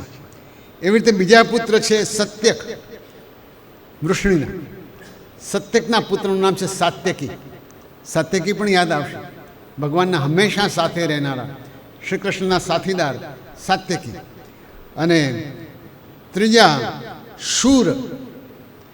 કૃષ્ણને શૌરી પણ કહે છે કેમ કે શૂરના પુત્ર છે. શૂરના પુત્રમાં આવે છે વસુદેવજી. અને વસુદેવજી પછી તો યાદ કરાવવાનું રહેતું નથી. વસુદેવસ્ય સુતમ ઇતિ વાસુદેવ. વસુદેવના જે પુત્ર છે એ વાસુદેવ. એટલે વસુદેવનું જે કુળ છે એ કુળ બ્રહ્માથી શરૂ કરી અત્રિથી ચાલી ચંદ્ર અને બુધથી થઈ કૈકયા સહસ્ત્રાર્જુનથી માંડી અને ધીમે ધીમે કરતાં મધુ, વૃષ્ણિ, શૂર અને વસુદેવ આ રીતે આવે છે. તો આમાં આપણે જોઈશું કે એક બીજા દીકરા છે વૃષ્ણિના, એમનું નામ છે નિમ્ન. એમના દીકરા છે સત્રાજીત અને પ્રસન્નજીત. હવે સત્રાજીતની દીકરીનું નામ છે સત્યભામા. એ ક્યારેક આપણે પાછું યાદ આવશે કે સત્યભામાજી પણ આ કુળમાં છે. યદુના બીજા દીકરાઓ છે સહસ્ત્રાર્જુનની જેમ. એકનું નામ છે વિદર્ભ. એ વિદર્ભના દેશનો રાજા બન્યો. અને વિદર્ભના દીકરાનું નામ છે ચેદી. એ ચેદીના નામ પરથી નામનું નામ પડ્યું ચેદીરાજ. ચેદીરાજનું નામ છે દમઘોષ. હવે દમઘોષની જોડે જે પરણ્યા છે એ યાદ રાખવા જેવા છે શ્રુતશ્રવા. આ શ્રુતશ્રવા કુંતીના બેન છે. એટલે કુંતીના બેન એટલે અર્જુનના શું થાય? માસી. અર્જુનના માસી છે. એટલે કે માસીના દીકરાઓ છે શિશુપાલ. અર્જુનના માસીનો દીકરો છે શિશુપાલ. પણ અર્જુન પોતે કુંતીના દીકરા છે. કુંતી કોની બેન છે? વસુદેવજી. વસુદેવના પુત્ર કોણ છે? શ્રી કૃષ્ણ. તો શ્રી કૃષ્ણને શિશુપાલ શું થાય? ફોઈનો દીકરો. બરાબર ને? શ્રી કૃષ્ણનો ફોઈનો દીકરો, અર્જુનનો માસીનો દીકરો એ શિશુપાલ. અને એ જ રીતે સાત્વત એક દીકરો છે બીજો યદુવંશમાં. એના દીકરાનું નામ છે અંધક. અંધક નામના યાદવો છે, એમના 2 દીકરા, એકનું નામ દેવક, બીજાનું નામ ઉગ્રસેન. દેવકની દીકરીનું નામ છે દેવકી અને ઉગ્રસેનના દીકરાનું નામ કંસ. આ બધા કે છે ને કે જ્યારે દુઃખ આવી પડે ત્યારે પરિવારમાંથી જ દુઃખ આવી પડતું હોય છે. મહાભારત આમાંથી જ સર્જાવાનું છે. એટલે મહાભારતની ભૂમિકા સર્જીએ તે પહેલાં પ્રસ્તાવના લખવી પડે, અને 30 દિવસની પ્રસ્તાવના 5 દિવસ લખીએ તો ખોટું નહીં કહેવાય. 5 દિવસમાં આપણે એવું સમજ્યા કે બ્રહ્માની સર્જેલી સૃષ્ટિમાં યાદવોનું એક અગત્યનું સ્થાન એટલે છે કે એ બ્રહ્માના માનસપુત્રના બધા વંશવાળામાંથી આવે છે. ખૂબ જ શૂરવીર યાદવો છે, એટલા બધા દાનવીર છે કે વિશ્વમાં યાદવોનું નામ કહેવાય. વેદવિદ છે, વેદજ્ઞ છે, અને એક એક યાદવ હજાર યોદ્ધાઓને ભારે પડે એવો છે. આ યાદવો પોતે જ દુનિયા માટે બહુ ભારરૂપ થઈ પડે એવી સ્થિતિ સર્જાય એવું છે. એ યાદવોની વંશાવળી આપણે જોઈ ત્યારે એ સાથે સાથે આપણે જાણીએ કે આ બધું કરીએ ત્યારે યયાતિનો એક ત્રીજો પુત્ર છે જેણે એની વૃદ્ધાવસ્થા સ્વીકારી લીધેલી, પુરુ. અને પુરુના વંશમાં છે દુષ્યંત. યાદ આવે છે દુષ્યંત? શાકુંતલમ, અભિજ્ઞાન શાકુંતલમ મહાકવિ કાલિદાસની રચના છે. અને શાકુંતલ તો જેને સંસ્કૃત ફાવતું અને ગુજરાતી ભાષાંતર પણ મળે, જરૂર વાંચજો, વાંચવા જેવું છે. એવું કહેવાય છે કે બધા કાવ્યોમાં શાકુંતલ શ્રેષ્ઠ કાવ્ય છે. નાટકાનામ કાવ્યમ રમ્ય તત્ર રમ્યા શકુંતલા. નાટકોમાં કાવ્યનું નાટક હોય તો બહુ સરસ, એમાં પણ વધારે સારામાં સારું હોય તો શકુંતલા. તત્રાપી ચતુર્થો અંક, એમાં 4થો અંક. તત્ર શ્લોક ચતુષ્ટય, એમાં 4 શ્લોક છે. એ તો એટલા સરસ છે, ન પૂછો વાત. તમને ખાલી યાદ કરવા માટે કહું, શકુંતલા કણ્વ ઋષિના આશ્રમમાં ઉછરી છે અને પિતા તરીકે કણ્વ ઋષિ એને દુષ્યંતને મળવા માટે વળાવે છે. એ વખતના પિતા તરીકે એમણે કહેલા 4 શ્લોક અદ્ભુત છે. એ તક મળે ત્યારે વાંચવા જેવા છે. એ દુષ્યંત રાજા, હું કહી ચૂક્યો કે શકુંતલા જોડે એમના લગ્ન થયા હતા. શકુંતલા કણ્વને ત્યાં ઉછરી છે. કેમ એવું? કારણ કે પિતા વિશ્વામિત્ર છે, પણ વિશ્વામિત્રને પણ અપ્સરા સાથે સંબંધ થયો છે. અને અપ્સરા તો ચાલી ગઈ, વિશ્વામિત્ર પણ તપસ્વી છે, ચાલ્યા ગયા. નાનકડું બિચારું બાળકી એક વૃક્ષની નીચે પડી છે, એને શકુંત એટલે કે મોરે છાંયડો આપ્યો છે, એટલે નામ પડ્યું શકુંતલા. કણ્વ ઋષિ ફરવા નીકળ્યા છે, એમણે દીકરીને ઉપાડી લીધી છે અને એને ઉછેરી છે. કણ્વ ઋષિના આશ્રમમાં સંપૂર્ણપણે વેદ ઉપનિષદ ભણીને બ્રાહ્મણની જેમ આ શકુંતલા તૈયાર થઈ છે. કોઈને લાગે નહીં કે આવા સફેદ વસ્ત્રો પહેરેલી આ બ્રાહ્મણ કન્યકા રજપૂત પણ હોઈ શકે છે, કે વિશ્વામિત્ર તો રજપૂત છે. વિશ્વામિત્ર મૂળભૂત રીતે ગાધી રાજાના પુત્ર છે, હમણાં જ આપણે કીધું છે. તો એક દિવસે દુષ્યંત શિકાર કરવા માટે નીકળ્યા છે, આવી ચડ્યા છે કણ્વ ઋષિના આશ્રમ ઉપર, અને શકુંતલાને મિલાપ થાય છે. કણ્વ ઋષિ બહાર ગયા છે. ફરી ઘણાને હસવું આવશે કે વારંવાર આ પ્રેમ થાય છે અને બાળકો થાય છે ને, આ સનાતન પ્રક્રિયા છે, પણ ધર્મ વિરુદ્ધ ન હોવી જોઈએ. આ સનાતન પ્રક્રિયા છે, એને વખોડવાનો કોઈ ઈલાજ નથી, પણ ધર્મની વિહિત હોવી જોઈએ, ધર્મ રહિત ના હોવી જોઈએ. એટલે દુષ્યંત અને શકુંતલા વાત કરે છે. દુષ્યંત પણ એકદમ પરમ પવિત્ર રાજવી છે. એ સ્પષ્ટ શબ્દોમાં કહે છે, તમે બ્રાહ્મણ છો, તમારી સાથે મારાથી લગ્ન નહીં થઈ શકે. શકુંતલા પોતાની વાતની જાહેરાત કરે છે કે હું વિશ્વામિત્રની દીકરી છું. અને બંનેની સાથે આ વાત થયા પછી દુષ્યંત પોતાની યાદગીરી આપીને ચાલ્યો જાય છે. કણ્વ ઋષિ અહીંયા શકુંતલાને જુએ છે, વાત સમજી જાય છે, સમજાવે છે અને પોતાની સંમતિ આપે છે. વર્ષો જાય છે, બાળક થાય છે, ત્યારે એનું નામ પાડ્યું છે ભરત. ભરત, જેના નામ ઉપરથી ભારત, એ ભરત રાજા બને છે. અને ભરત જ્યારે રાજા બને છે ત્યારે એના માટે સરસ નામ છે. ભરત એવો છે કે ત્યાં રમતા સિંહના બચ્ચાના મોઢામાં હાથ નાખીને જડબું પહોળું કરે છે. આટલો જોરદાર બાળક આવતીકાલનો ભારતનો સ્થાપક હોય એમાં નવાઈશું. એટલે ભરતનું પણ એક મોટું આખ્યાન છે. એમાં એવું છે કે હતા તો રાજા, પણ સમય જતાં જતાં બન્યું એવું કે રાજપાટ છોડી દીધા. ઉંમર થઈ, હવે વનવાસ કરીએ, વાનપ્રસ્થમાં જઈએ. અને વાનપ્રસ્થમાં ગયા ત્યારે ઋષિની જેમ એક ઝૂંપડી બાંધી છે, રહ્યા કરે છે. રોજ સવારે નદી કિનારે જાય, અર્ઘ્ય આપે, સંધ્યા કરે, પાછા આવે. દિવસ દરમિયાન ઉપનિષદો વાંચે, બ્રહ્મનું ચિંતન કરે, બપોરે સંધ્યા કરે, સાંજે સંધ્યા કરે. આ બ્રાહ્મણનું કર્તવ્ય છે. એક દિવસે સંધ્યા કરતા હતા, ત્યાં એક મૃગલી ત્યાં દોડી આવી છે. મૃગલી બે જીવાતી છે, સુવાવડી છે, અને પાછળ સિંહ પડ્યો છે.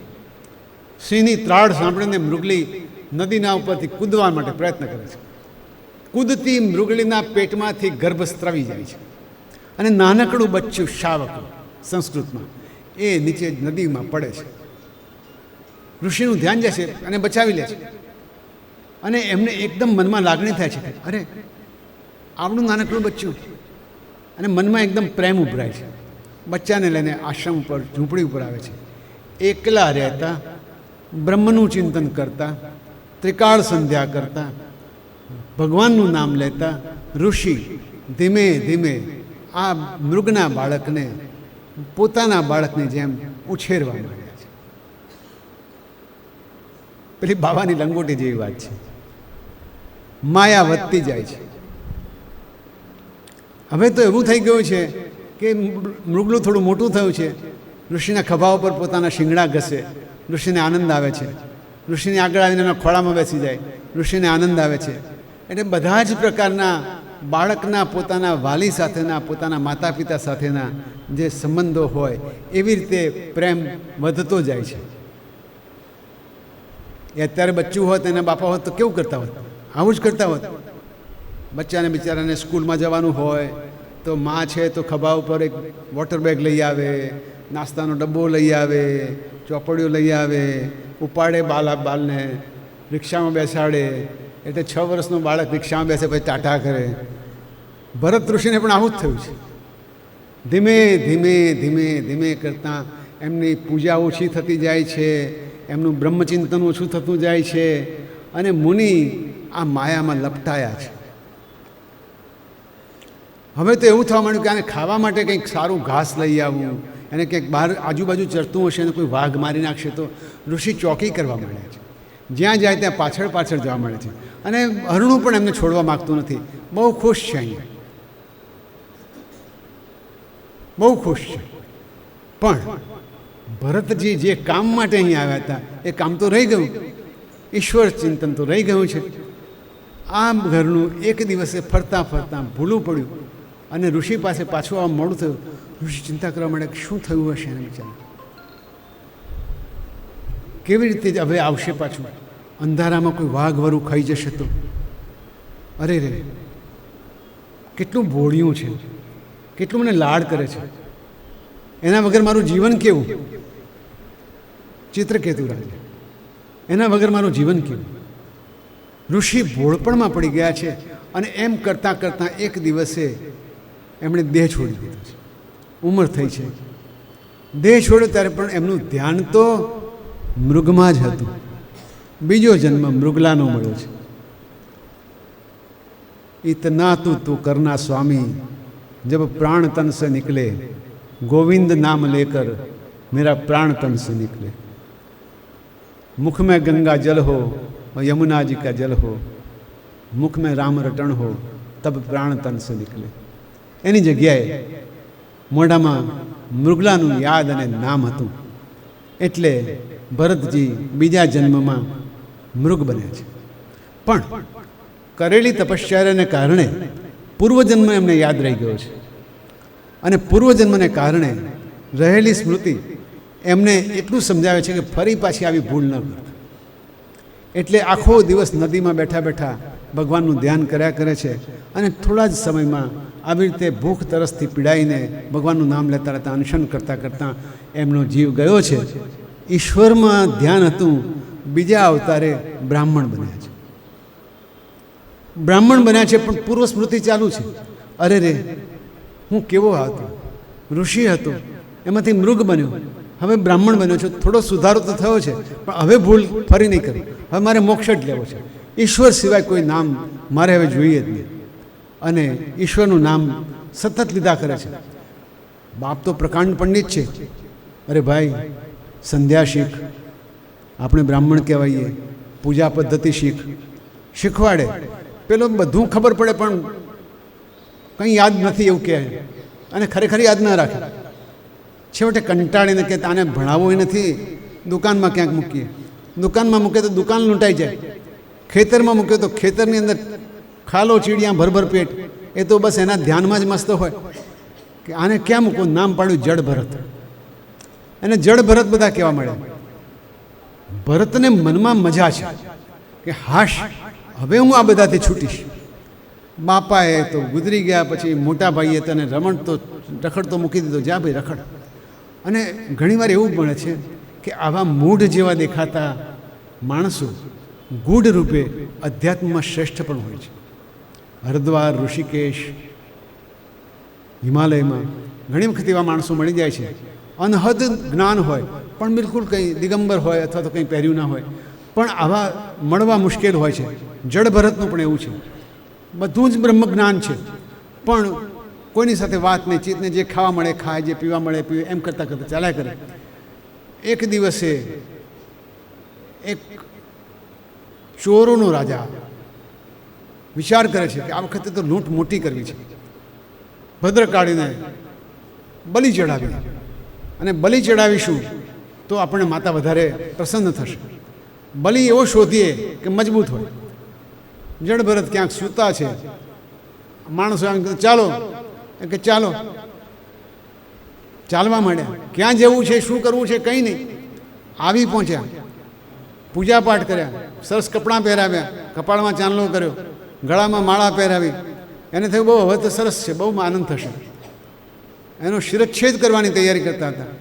જડ ભરત તો બ્રહ્મમાં લીન છે, એને કોઈ ચિંતા નથી આ બાબતની. મહાકાળી પોતે પ્રગટ થયા છે, ડાકુઓના સરદારને બાકીના બધાને મારી નાખ્યા છે. જડ ભરત બચી ગયા છે. માતાજીને થયું મારો દીકરો આવી રીતે પોતાનો ભોગ આપે એ ઠીક નહીં. આ જ જડ ભરતે આગળ જતાં એક રહુગણ નામના રાજા છે, પોતાની પાલખી ઉપડાવીને જઈ રહ્યા છે. રહુગણ પોતે આત્મજ્ઞાની છે અને એમને પાલખી ઉપાડનારા 4 ભોઈઓ લઈ જઈ રહ્યા છે. એમાં એક ભોઈ ઓછો થયો, રસ્તામાં કોઈ જગ્યાએ માંદો પડ્યો. કોને લાવવો? પકડી લાવ્યા જડ ભરતને ક્યાંકથી શોધીને. ઉપાડો. જડ ભરત કે ચલો મારા ભાઈ, પાલખી ઉપાડો, આપણે શું બીજું કામ છે. ચલતી કા નામ ગાડી. આગળ જાય છે. જડ ભરતને એવું છે મનમાં કે નીચે કોઈ કીડી મકોડા નાના જીવજંતુ આવે, મરે નહીં તો સારું. એટલે જ્યાં એવું દેખાય ત્યાં પગ ઉચકી લે છે, એટલે પેલી પાલખી ઊંચી નીચી થાય. ઉપર પેલા રહુગણનું માથું અથડાય. આ કયો માણસ લઈ આવ્યા છે તમે? સાવ સાંઢ જેવો છે, ભાન નથી પડતું. ભાઈ તું જરા વ્યવસ્થિત રીતે ચાલ. કંઈ બોલ્યા નથી. એના મનમાં સમજ પડી ગઈ. આગળ ચાલ્યા છે. ફરી પાછી એ જ વાત, ફરી માથું અથડાયું. આ વખત તો રાજા નીચે ઉતર્યો છે. તને કંઈ ભાન બાન છે કે નહીં? આ જડ ભરત જેવું શરીર કેવું બનાવ્યું છે? હવે જડ ભરત જેમ આપણે શ્લોક કીધો એમ કહે છે કે ન ચ પંચ મહાભૂત આયમ આત્મા પ્રવચને ન લભ્યો. હું આત્મા છું, હું પંચ મહાભૂત નથી. જડ ભરતને જોઈને રહુગણ થયું. આ બધી વાતો, જ્ઞાનની વાતો આ માણસને પગે પડ્યો છે. તમે કોણ છો? ગૂઢ વેશમાં ફરતા પરશુરામજી છો? તમે તમારું નામ આપો. જડ ભરત કંઈ કહેતા નથી, કારણ કે એમને તો આમાંથી છૂટવું છે. રહુગણને દિવ્ય ઉપદેશ આપ્યો છે. ભાગવતમાં આખું એક પ્રકરણ છે. પણ મૂળભૂત વાત આ જ કે આત્માનો આત્મના જ્ઞેવ, આપણો જેવો આત્મા છે બીજાનો આત્મા છે, એટલું સમજીને જગતમાં જીવો. આ ભરત રાજા પછી જડ ભરતનું જ્યારે મોક્ષ થઈ જાય છે અને દેવના સામીપ્યમાં જાય છે, એમનો દીકરો છે ભરદ્વાજ. કેવી જોરદાર વંશાવળી છે. દુષ્યંત, ભરદ્વાજ અને એમનું સંતાન છે અજમીઢ. અજમીઢના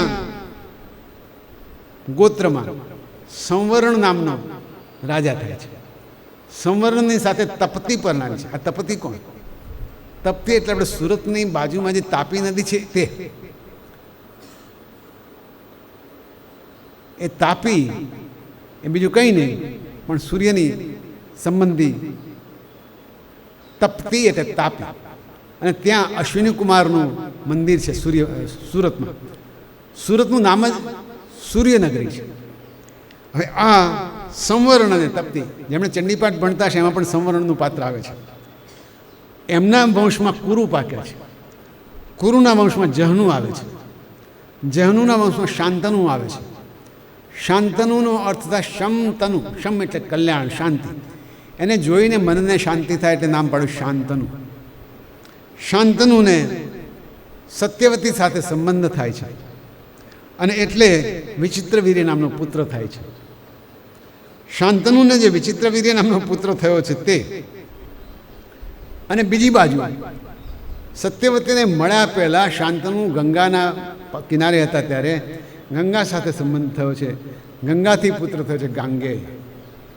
સત્યવતીએ એ શરતે લગ્ન કરેલું કે જો આ ગાંગેય ભીષ્મ, નામ તો ગાંગેય જ હતું, ગાંગેય મોટો દીકરો છે, મારથી થતો સંતાન રાજગાદી ઉપર નહીં બેસી શકે, તો હે રાજા મને વચન આપો કે મારો દીકરો જ ગાદીએ આવશે.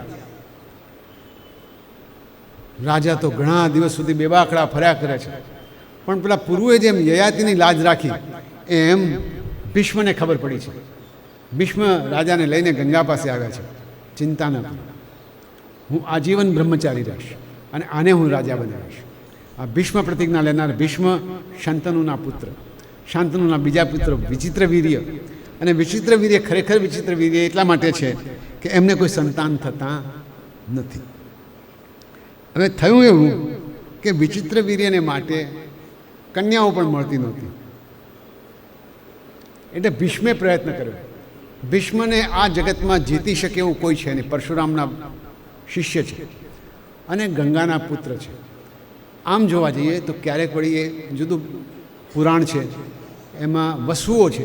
એ વસુઓ પૈકીના એક વસુ એ છે. વસુદેવ પણ એમાં એમ જ નામ આવ્યું છે. વસુ હતા, એમાંથી વસુદેવ બન્યા છે.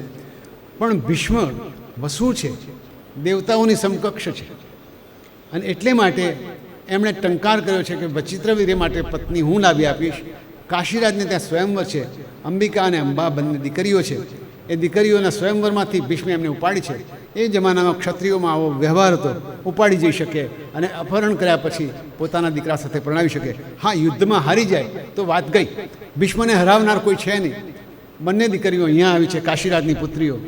કાશીરાજ એટલા માટે દુશ્મન બન્યા છે, પણ અંબા અને અંબિકા બંનેને વિચિત્રવીર્યને પરણાવી છે. સંતાન થતું નથી. સંતાન કરવું કેવી રીતે? એટલે ફરી પાછું સત્યવતીએ આગ્રહ કર્યો છે ભગવાન વેદવ્યાસ. એ જમાનામાં નિયોગ નામની પદ્ધતિ હતી. મે બી આપણે IVF જેવું હશે કંઈક.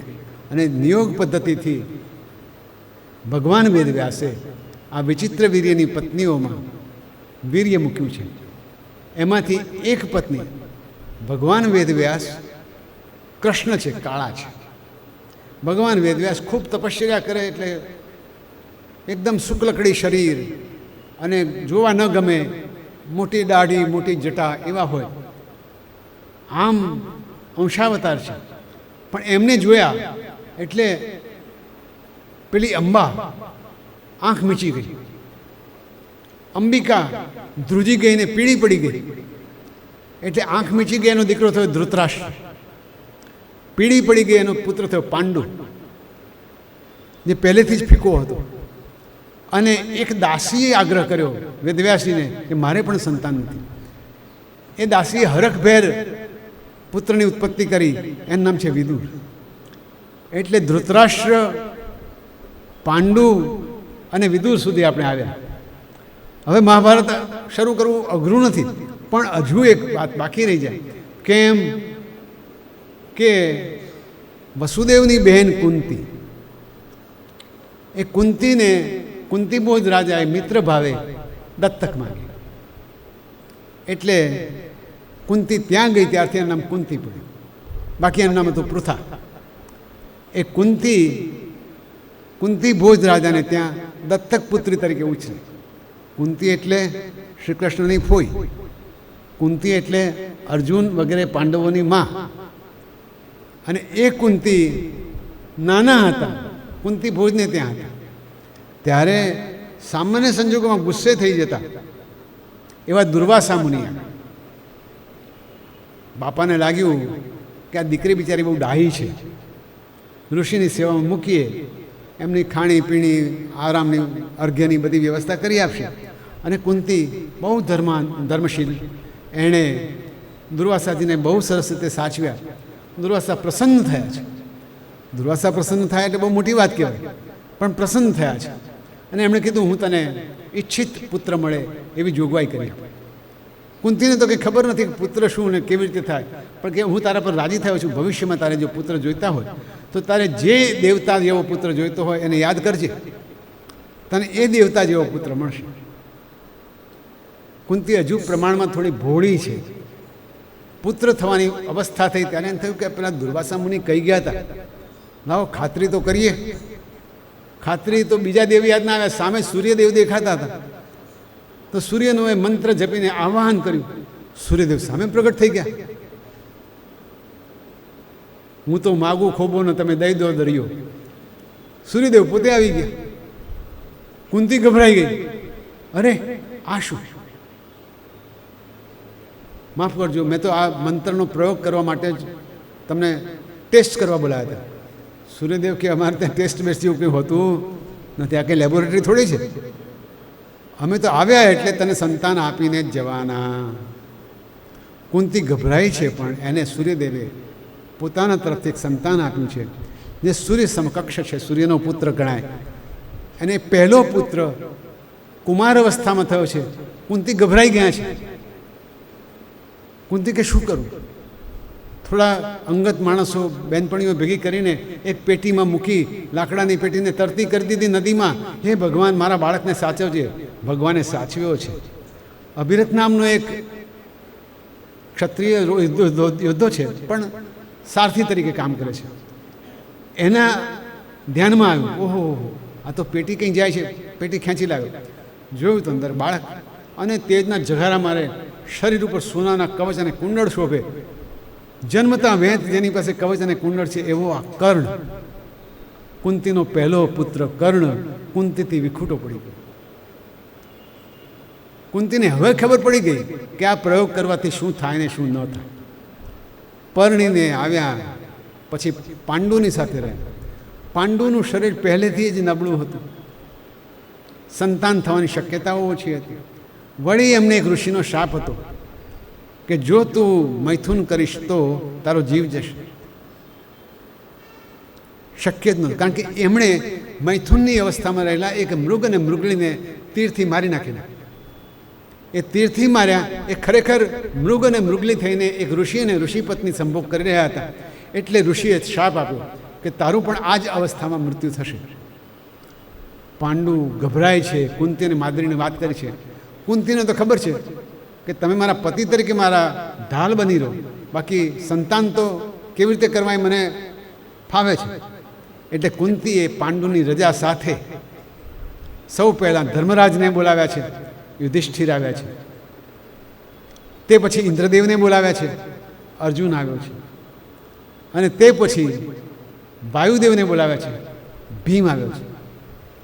માદ્રીને થયું બેન મને પણ કંઈક થોડું ઘણું તો. માદ્રીને પણ મંત્ર આપ્યો છે. માદ્રીએ વળી મંત્ર એવો બોલ્યો કે એક સાથે બે પુત્રો જન્મ્યા છે, સહદેવ અને નકુળ. બંને અશ્વિની કુમારને બોલાવ્યા છે. કેમ કે અશ્વિની કુમારોનું આહ્વાન કર્યું. અશ્વિની કુમાર તો બે છે, જોડકામાં છે. બે આવ્યા, બે દીકરાઓ થયા, સહદેવ અને નકુળ. આમ આજની તારીખે આપણી પાસે સંપૂર્ણ પાત્ર સૃષ્ટિ હાજર છે. એ પાત્ર સૃષ્ટિને ધ્યાનમાં રાખીને હવે થોડું ઈશ્વર સ્મરણ કરી લઈએ અને વચ્ચે એક આપણે ધૂન બોલાવી અને પછી ઈશ્વરનું સ્મરણ કરીશું. ઓમ નમો ભગવતે વાસુદેવાય.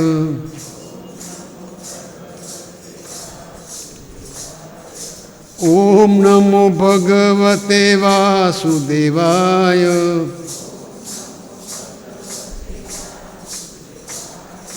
ઓમ નમો ભગવતે વાસુદેવાય.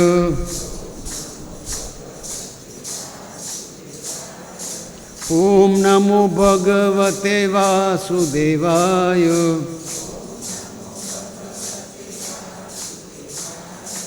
ઓમ નમો ભગવતે વાસુદેવાય. આ દ્વાદશાક્ષરી મંત્ર છે. સમગ્ર વૈષ્ણવ સંપ્રદાયમાં દ્વાદશાક્ષરી મંત્રનું મહત્ત્વ ખુદ ભગવાન વિષ્ણુ જેવું જ છે. પુષ્ટિ સંપ્રદાયમાં તો આ મંત્રને જ બીજ મંત્ર કહ્યો છે. શ્રીનાથજીની પૂજા, દ્વારકાધીશની પૂજા આ મંત્રથી જ થાય છે. દ્વાદશાક્ષર મંત્ર એટલે આપણા બધા તીર્થસ્થાનોની સમકક્ષ મંત્ર છે. દ્વાદશાક્ષર મંત્ર એ આપણા કામધેનુ ગાય બરોબર છે. એટલે દ્વાદશાક્ષર મંત્રનો જાપ એવું કહેવાય છે કે એના 1000 મંત્રને આહુતિ આપીને જો યોગ્ય યજ્ઞ કરવામાં આવે તો સંતતિ પણ પ્રાપ્ત થાય છે. એટલે દ્વાદશાક્ષર મંત્ર શાસ્ત્રોમાં બહુ મહત્ત્વનો ગણાયો છે. ઓમ નમો ભગવતે વાસુદેવાય.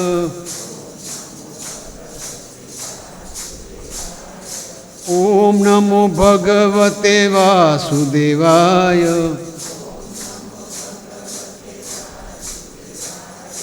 ઓમ નમો ભગવતે વાસુદેવાય.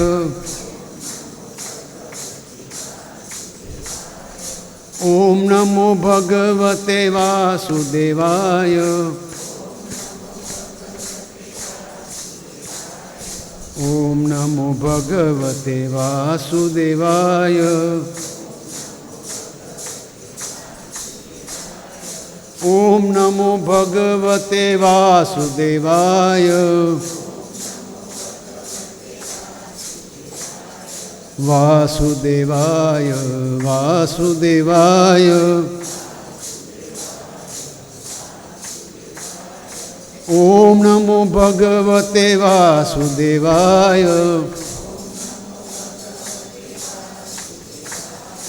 ઓમ નમો ભગવતે વાસુદેવાય.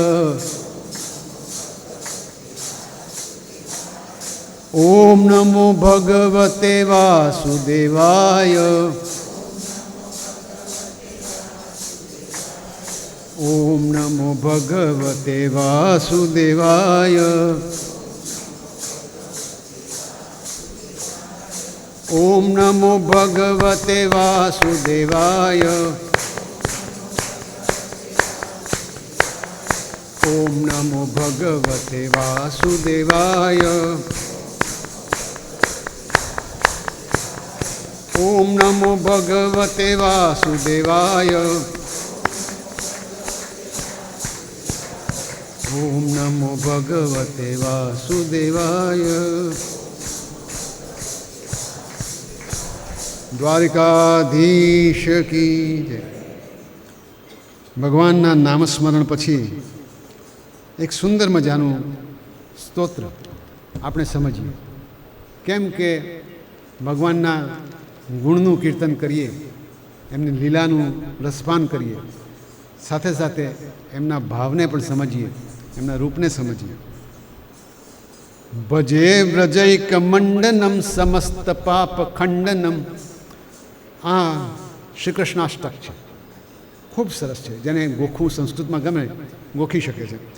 ભજે વ્રજૈક મંડનમ, વ્રજના દુલારા. ભજે વ્રજૈક મંડનમ સમસ્ત પાપ ખંડનમ સ્વભક્ત ચિત્ત રંજનમ સદૈવ નંદનંદનમ. જ્યારે કૃષ્ણ આવશે આપણી વાતમાં ત્યારે આ આપણે અવારનવાર ગાતા રહીશું. ભજે વ્રજૈક મંડનમ સમસ્ત પાપ ખંડનમ સ્વભક્ત ચિત્ત રંજનમ સદૈવ નંદનંદનમ સપિચ્છ ગુચ્છ મસ્તકમ સપિચ્છ ગુચ્છ મસ્તકમ સુનાદ વેણુ હસ્તકમ અનંગ રંગ સાગરમ નમામિ કૃષ્ણ નાગરમ. અનંગ રંગ સાગર. અનંગ એટલે કામદેવ. અનંગ એટલે કામદેવ. કામદેવના રંગથી જે રંગાયા છે એ બધાનો પણ શ્રેષ્ઠ સાગર. અનંગ રંગ સાગરમ નમામિ કૃષ્ણ નાગરમ. મનોજ ગર્વ મોચનમ વિશાલ લાલ લોચનમ. મનમાં આવેલા ગર્વને ખંડન કરી નાખવું, મોચન દૂર કરી નાખવું. વિશાલ લાલ લોચન, રક્તભરણા સરસ મજાના લોચન છે જેને. જ્યારે પણ ગોપીઓને ગર્વ થાય છે ત્યારે પણ કૃષ્ણ અંતર ધ્યાન થઈ જતા હોય છે એમના ગર્વનું ખંડન કરવા માટે. મનોજ ગર્વ મોચનમ વિશાલ લાલ લોચનમ વિધૂત ગોપ શોચનમ નમામિ પદ્મલોચનમ. ગોવાળિયાઓને જ્યારે પણ કંઈ દુઃખ આવે ત્યારે એ દુઃખનું દૂર કરે. વિધૂત ગોપ શોચનમ નમામિ પદ્મલોચનમ. કરારવિંદ ભૂધરમ. કર હાથ, હાથ રૂપી કમળમાં ભૂધર પર્વત ઉપાડ્યો છે. ગિરિરાજ ધરણ કી જય. કરારવિંદ ભૂધરમ સ્મિતાવલોક સુંદરમ. એટલું સરસ સ્મિત છે કે ભલભલાને એમ લાગે કે ઓહો હો સૌંદર્ય તો આ જ છે. સ્મિતાવલોક સુંદરમ મહેન્દ્ર માનદારણમ. મહેન્દ્ર ઇન્દ્ર, ઇન્દ્રનું જે અભિમાન છે એ વૃંદાવન ધારણ કરીને એમણે ગર્વનું ખંડન કર્યું છે તે. નમામિ કૃષ્ણ વારણમ. વારણ એટલે હાથી જેવા બહુ શ્રેષ્ઠ શરીરવાળા. નમામિ કૃષ્ણ વારણમ. કદંબ સૂનું કુંડલમ. કદમના ફૂલના કુંડળ બનાવે છે. સુચારુ ગંડ મંડલમ. સુંદર મજાનું સરસ મજાનું દેહ છે. વ્રજાંગનૈક વલ્લભમ. વ્રજાંગના એટલે ગોપીઓ, એમના એકમાત્ર વલ્લભ, એમના એકમાત્ર સ્વામી કૃષ્ણ છે.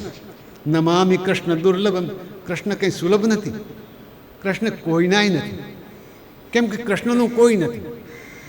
કૃષ્ણને ન કોઈના માટે ભાવ છે ન અભાવ છે. એ આવશે આગળ જતાં આપણે વાત કરીશું. કૃષ્ણ નિર્લેપ છે, પણ બધા એવું માને છે કે કૃષ્ણ મને પ્રેમ કરે છે, કૃષ્ણ મને પ્રેમ કરે છે, અને એવું મનાવવું એમની લીલાનો એક ભાગ છે. નમામિ કૃષ્ણ દુર્લભમ. યશોદયા સમોદયા સગોપયા સનંદયા. યશોદા સાથે, ગોપ સાથે, નંદ સાથે, સમાનના સાથે. યુતમ સુખૈકદાયકમ નમામિ ગોપનાયકમ. એ બધાને સુખ આપે છે, બધાની જોડે રહીને.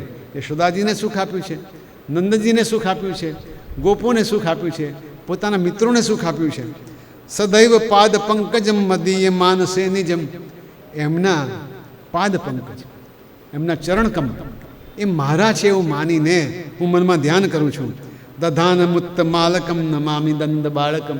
નંદનો બાળક છે, પણ એની અલક લટ, એની લટ એવી ફરે છે કપાળ ઉપર કે ભલભલાનું ચિત્ત ચોરી લે. તો નમામિ નંદ બાળકમ. સમસ્ત દોષ શોષણમ. બધા જ દોષનું શોષણ કરે છે. સમસ્ત લોક પોષણમ. સમસ્ત ગોપ માનસમ. આ ગોપ માનસમ આ શબ્દ ભવિષ્યમાં પણ સમજાવીશ, પણ સમજવા જેવું છે. ગો શબ્દનો અર્થ ઇન્દ્રિયો એવો પણ થાય છે, અને એ ઇન્દ્રિયોને જે વશ કરી શકે છે તે એ ગોપાલ, એ ગોવિંદ. એટલે ગોવિંદ અને ગોપાલ બોલીએ ત્યારે અંદરના આત્માને જ આપણે પોકાર કરી રહ્યા છીએ. સમસ્ત લોક પોષણમ સમસ્ત ગોપ માનસમ નમામિ નંદલાલસમ. ભુવો ભારાવતારકમ. ભુવો પૃથ્વી ઉપર નો ભારને ઉતારવા માટેનો અવતાર લીધો છે તે. ભુવો ભારાવતારકમ ભવાબ્ધિકર્ણ ધારકમ. આપણે બધાની ચિંતા શું છે કે ભવસાગરમાંથી, ભવ અબ્ધિ સાગર, ભવસાગરમાંથી હે ઈશ્વર મને દૂર કર. આ જન્મ મરણના બંધનમાંથી તું મને છોડાવ.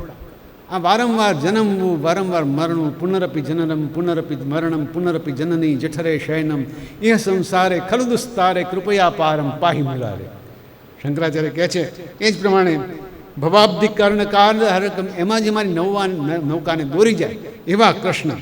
યશોમતી કિશોરકમ નમામિ ચિત્તચોરકમ. યશોમતીના કિશોર એવા ચિત્તચોર કૃષ્ણને. દ્રગંક કાંત ભંગીનમ. પોતાની દ્રષ્ટિ માત્રથી સામાન્ય ઘાયલ કરી શકે. સદા સદા લસંગીનમ. હંમેશા પોતાની ક્રીડા કરતા હોય. દિને દિને નવમ નવમ નમામિ નંદ સંભવમ. હંમેશા નવું સ્વરૂપ લાગે. આજે જોયા હોય તો જુદા, કાલે જોયા હોય તો જુદા. પણ વિચાર કરો કે એમણે 6 વર્ષની ઉંમર, 5-6 વર્ષની ઉંમરે તો ગોકુળ છોડી દીધું અને બીજા 4-5 વર્ષમાં તો વૃંદાવન છોડી દીધું. પણ ગોકુળ અને વૃંદાવનમાં કરેલી લીલાઓ પર મોટા મોટા પુસ્તકો લખાયા છે. એટલે દિને દિને નવમ નવમ, દરરોજ કંઈક નવું કરતા હોય એવા આ કૃષ્ણ છે. ગુણાકરમ સુખાકરમ કૃપાકરમ કૃપાવરમ, ગુણ સુખ કૃપા, કૃપા કરનાર. સુરદ્વિષ નિકંદનમ નમામિ ગોપનંદનમ. સુરદ્વિષ એટલે અસુર, દેવતાઓને દ્વેષ કરે તે અસુર, એનું નિકંદન કરનારા આ ગોપનંદનને હું નમું છું. નવીન ગોપનાગરમ નવીન કેલી લંપટમ. ગોપનાગર તો છે જ, પણ નવીન કેલી લંપટમ. કેલી એટલે ક્રીડા. ક્રીડા કોઈ હોશિયાર ક્રીડા કરનાર હોય એવા માણસ છે. લંપટ એટલે બહુ એ બાબતમાં હોશિયાર, કામનાની અંદર પોતાના શ્રેષ્ઠ વસ્તુ બતાવી શકે એવા. નવીન કેલી લંપટમ નમામિ મેઘ સુંદરમ તડિત પ્રભાલ ધસતપટમ. મેઘ જેવા સુંદર અને પ્રભા એવી છે એમનો જે પટ છે, એમનું પિતાંબર છે એ જાણે વીજળી ચમકતી હોય. લસતપટમ. સમસ્ત ગોપ નંદનમ હૃદંબુજૈક મોહનમ. હૃદંબુ આ હૃદયરૂપી સાગરમાં ઉગેલા કમળની અંદર બિરાજેલા મોહ કરતા મોહનમ. નમામિ કુંજ મધ્યગમ. વૃંદાવનની કુંજ ગલનમાં જે ઘૂમે છે તે. મત પ્રસન્ન ભાનુ શોભનમ. એનું સમગ્ર શરીર શોભામાન સૂર્ય જેવું છે. નિકામ કામદાયકમ. ઈચ્છિત ફળ આપે છે. દ્રગંત ચારુ સાયકમ. બાણ જો નયનથી છોડે તો ઘાયલ કરવું બહુ સરળ છે જેના માટે. રસાલ વેણુ ગાયકમ. વેણુમાંથી જે સપ્તસુરો છોડે છે તે. નમામિ કુંજ નાયકમ. વૃંદાવનની કુંજના નાયક છે. વિદગ્ધ ગોપિકા મનો મનોજ્ઞ તલ્પશાહીનમ. દુઃખી થયેલી ગોપિકાઓના મનને શાંત કરે છે. નમામિ કુંજ કાનને. કુંજ કાનનમાં એવા જે આ કૃષ્ણ છે એમને હું વંદન કરું છું. પ્રવૃદ્ધ વહની પાયનમ. એક એવું પણ પ્રસંગ આવશે જેમાં એકદમ અગ્નિ વધી જાય છે જંગલમાં અને કૃષ્ણ એ અગ્નિને પી જાય છે. અગ્નિને પણ જે પી ગયા છે તે. યદા તદા યથા તથા તથૈવ કૃષ્ણ સત્કથા. જ્યારે જ્યારે જ્યાં જ્યાં જેવી જેવી કૃષ્ણની સત્કથા થાય છે. મયા સદૈવ ગીયતમ તથા કૃપા વિધીયતમ. જેવી કથા મેં કરી હોય, જે રીતે કરી હોય, જેટલી કરી હોય, જ્યાં કરી હોય, જ્યારે કરી હોય, હે ભગવાન એના ઉપર કૃપા કરજે. પ્રમાણિકાષ્ટદ્વયમ જપત્યધીય યહ પુમમ ભવેત્સ નંદ નંદને ભવે ભવે સુભક્તિમાન. કવિ લખે છે કે જે કોઈ માણસ આનો જાપ કરશે એ ભક્તિમાન થશે, એને ભક્તિ મળશે. કૃષ્ણનું આ ચિંતન કરીએ. આજની તારીખમાં આપણે બ્રહ્માથી શરૂ કરેલા વંશવેલાને ત્યાં સુધી લઈ આવ્યા છીએ કે કૃષ્ણની લીલા માટેનું રંગભૂમિ તૈયાર છે. રંગભૂમિ ઉપર પાત્રો બધા તૈયાર છે. આમ સિનેમાની ભાષામાં કહે તો પહેલાં બધા ટાઇટલ પડતા હતા, એવું બધું તૈયાર છે. જે વ્યક્તિઓએ ભાગ લેવાનો છે આ નાટકમાં, આ દુનિયાના લીલા નાટકમાં, કૃષ્ણની લીલામાં, એ બધા પાત્રો તૈયાર છે. પણ કૃષ્ણ પરમેશ્વર છે, કૃષ્ણ પરબ્રહ્મ છે એ યાદ રહે એટલા માટે 5 દિવસ સુધી આપણે એ ઘૂંટ્યા કરીશું કે કૃષ્ણ પરબ્રહ્મ છે. ભૂલાય નહીં એ માણસ નથી, માનુષ દેહે રહેલા ઈશ્વર છે. અને એટલે માટે એક દિવસે એક બહુ વિદ્વાન માણસ આવી રીતે મારી આ કથામાં હતા. ઊભા થઈને મને કે સાહેબ એક પ્રશ્ન મને થાય છે. બોલો ભાઈ, કયો પ્રશ્ન થાય છે? આ રામ આવા તમે કહો છો આટલા બધા, પણ સીતાજીને અગ્નિમાંથી પ્રસાર કરી દીધા. બોલો, સમાજમાં આવું કોઈ કરે ખરું કે? મેં કીધું ભાઈ તમારી વાત તો સાચી, આવું સમાજમાં કોઈ કરે નહીં, કરવું ન જોઈએ. પણ તમારો પ્રશ્ન શું છે કે રામે કેમ કર્યું? મેં હા એમ પૂછો, રામે કેમ કર્યું? મેં કીધું પહેલો પ્રશ્ન મારે તમને પૂછવો છે કે ધારો કે તમે તમારા પત્નીને અગ્નિમાંથી પસાર કરો તો બચે? ન બચે. તો ભાઈ એ રામ કરે એટલે બચે, તમે કરો તો ન બચે. એ પરબ્રહ્મ છે. અને રામાયણમાં એવું સ્પષ્ટ કહે છે કે આ છાયા સીતા છે. સીતા તો ત્યાં છે જ નહીં. છાયા સીતા પોતાના રાવણની સાથેના અપહરણને કારણ કે આ એક કર્મ નક્કી કરેલું છે રામનું. રામ જો આ ન કરે તો બીજું કરે કોણ? એટલે રામને પણ વારંવાર જગાડવા પડે, રામજી તમારું કામ બાકી છે. યશોદાજીના ત્યાં કૃષ્ણ જ્યારે માખણ ખાતા હોય ત્યારે નારદજી એક વખત કહેવા આવશે કે ભાઈ હવે બહુ થયું, હવે પધારો મથુરા, કામ બધા બાકી છે, આપણા ડ્યુટી ઉપર ચડી જાઓ. એટલે જે ભગવાન કરે છે એ ભગવાન વિશે શંકા કરે છે, એ શંકાવાળો માણસ ભગવાનને પ્રાપ્ત કરી શકતો નથી. સંશયાત્મા વિનશ્યતિ, ગીતામાં સ્પષ્ટ લખ્યું છે, સંશય હશે તો વિનાશ નક્કી છે. અરે ભાઈ, એક રોડ ક્રોસ કરવો હોય છે તો જવું કે ના જવું, જવું કે ના જવું કરતાં નીકળો તો અથડી જ જવાના છો. નીકળી જ જવું છે એમ કરી નીકળો તો નીકળી જવાશે. તો આ બાબતમાં સંશયાત્મા વિનશ્યતિ, અને શ્રદ્ધાવાન લભતે ફલ, શ્રદ્ધા હશે તો ફળ મળશે. વિજ્ઞાનનો વિદ્યાર્થીઓ છતાં કહું કે અનેક એવી બાબતો છે જ્યાં વિજ્ઞાન કામ હજુએ કરતું નથી, શ્રદ્ધા જ કામ કરે છે. એટલે માટે આજે અને આવતીકાલે આ જ શ્રદ્ધા સાથે આપણે બધાને મળતા રહીએ અને આજની આરતી માટેની તૈયારી કરીએ. આરતીના માટે પહેલાં થોડીક ધૂન પણ બોલાવી લઈએ, ત્યાં સુધીમાં તૈયારી થઈ જાય અને આપણે બધાને કરીએ. ઓમ હરિ બોલ, ઓમ હરિ બોલ, ઓમ હરિ બોલ, ઓમ હરિ બોલ. ઓમ ના ગુંજાન ઉઠે રોમ રોમ રોમ, ઓમ ના ગુંજાન ઉઠે રોમ રોમ રોમ.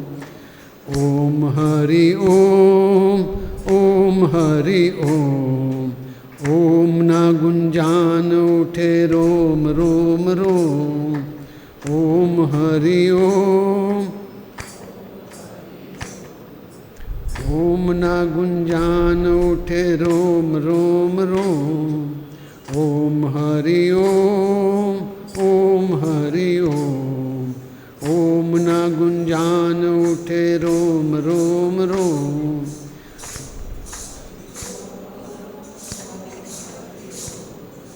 ઓમ હરિ ઓમ, ઓમ હરિ ઓમ, ઓમ ના ગુંજાન ઉઠે રોમ રોમ રોમ. ઓમ હરિ ઓમ, ઓમ હરિ ઓમ, ઓમ ના ગુંજાન ઉઠે રોમ રોમ રોમ. ઓમ હરિ ઓમ, ઓમ હરિ ઓમ, ઓમ ના ગુંજાન ઉઠે રોમ રોમ રોમ. ઓમ હરિ ઓમ, ઓમ હરિ ઓમ, ઓમ ના ગુંજાન ઉઠે રોમ રોમ રોમ.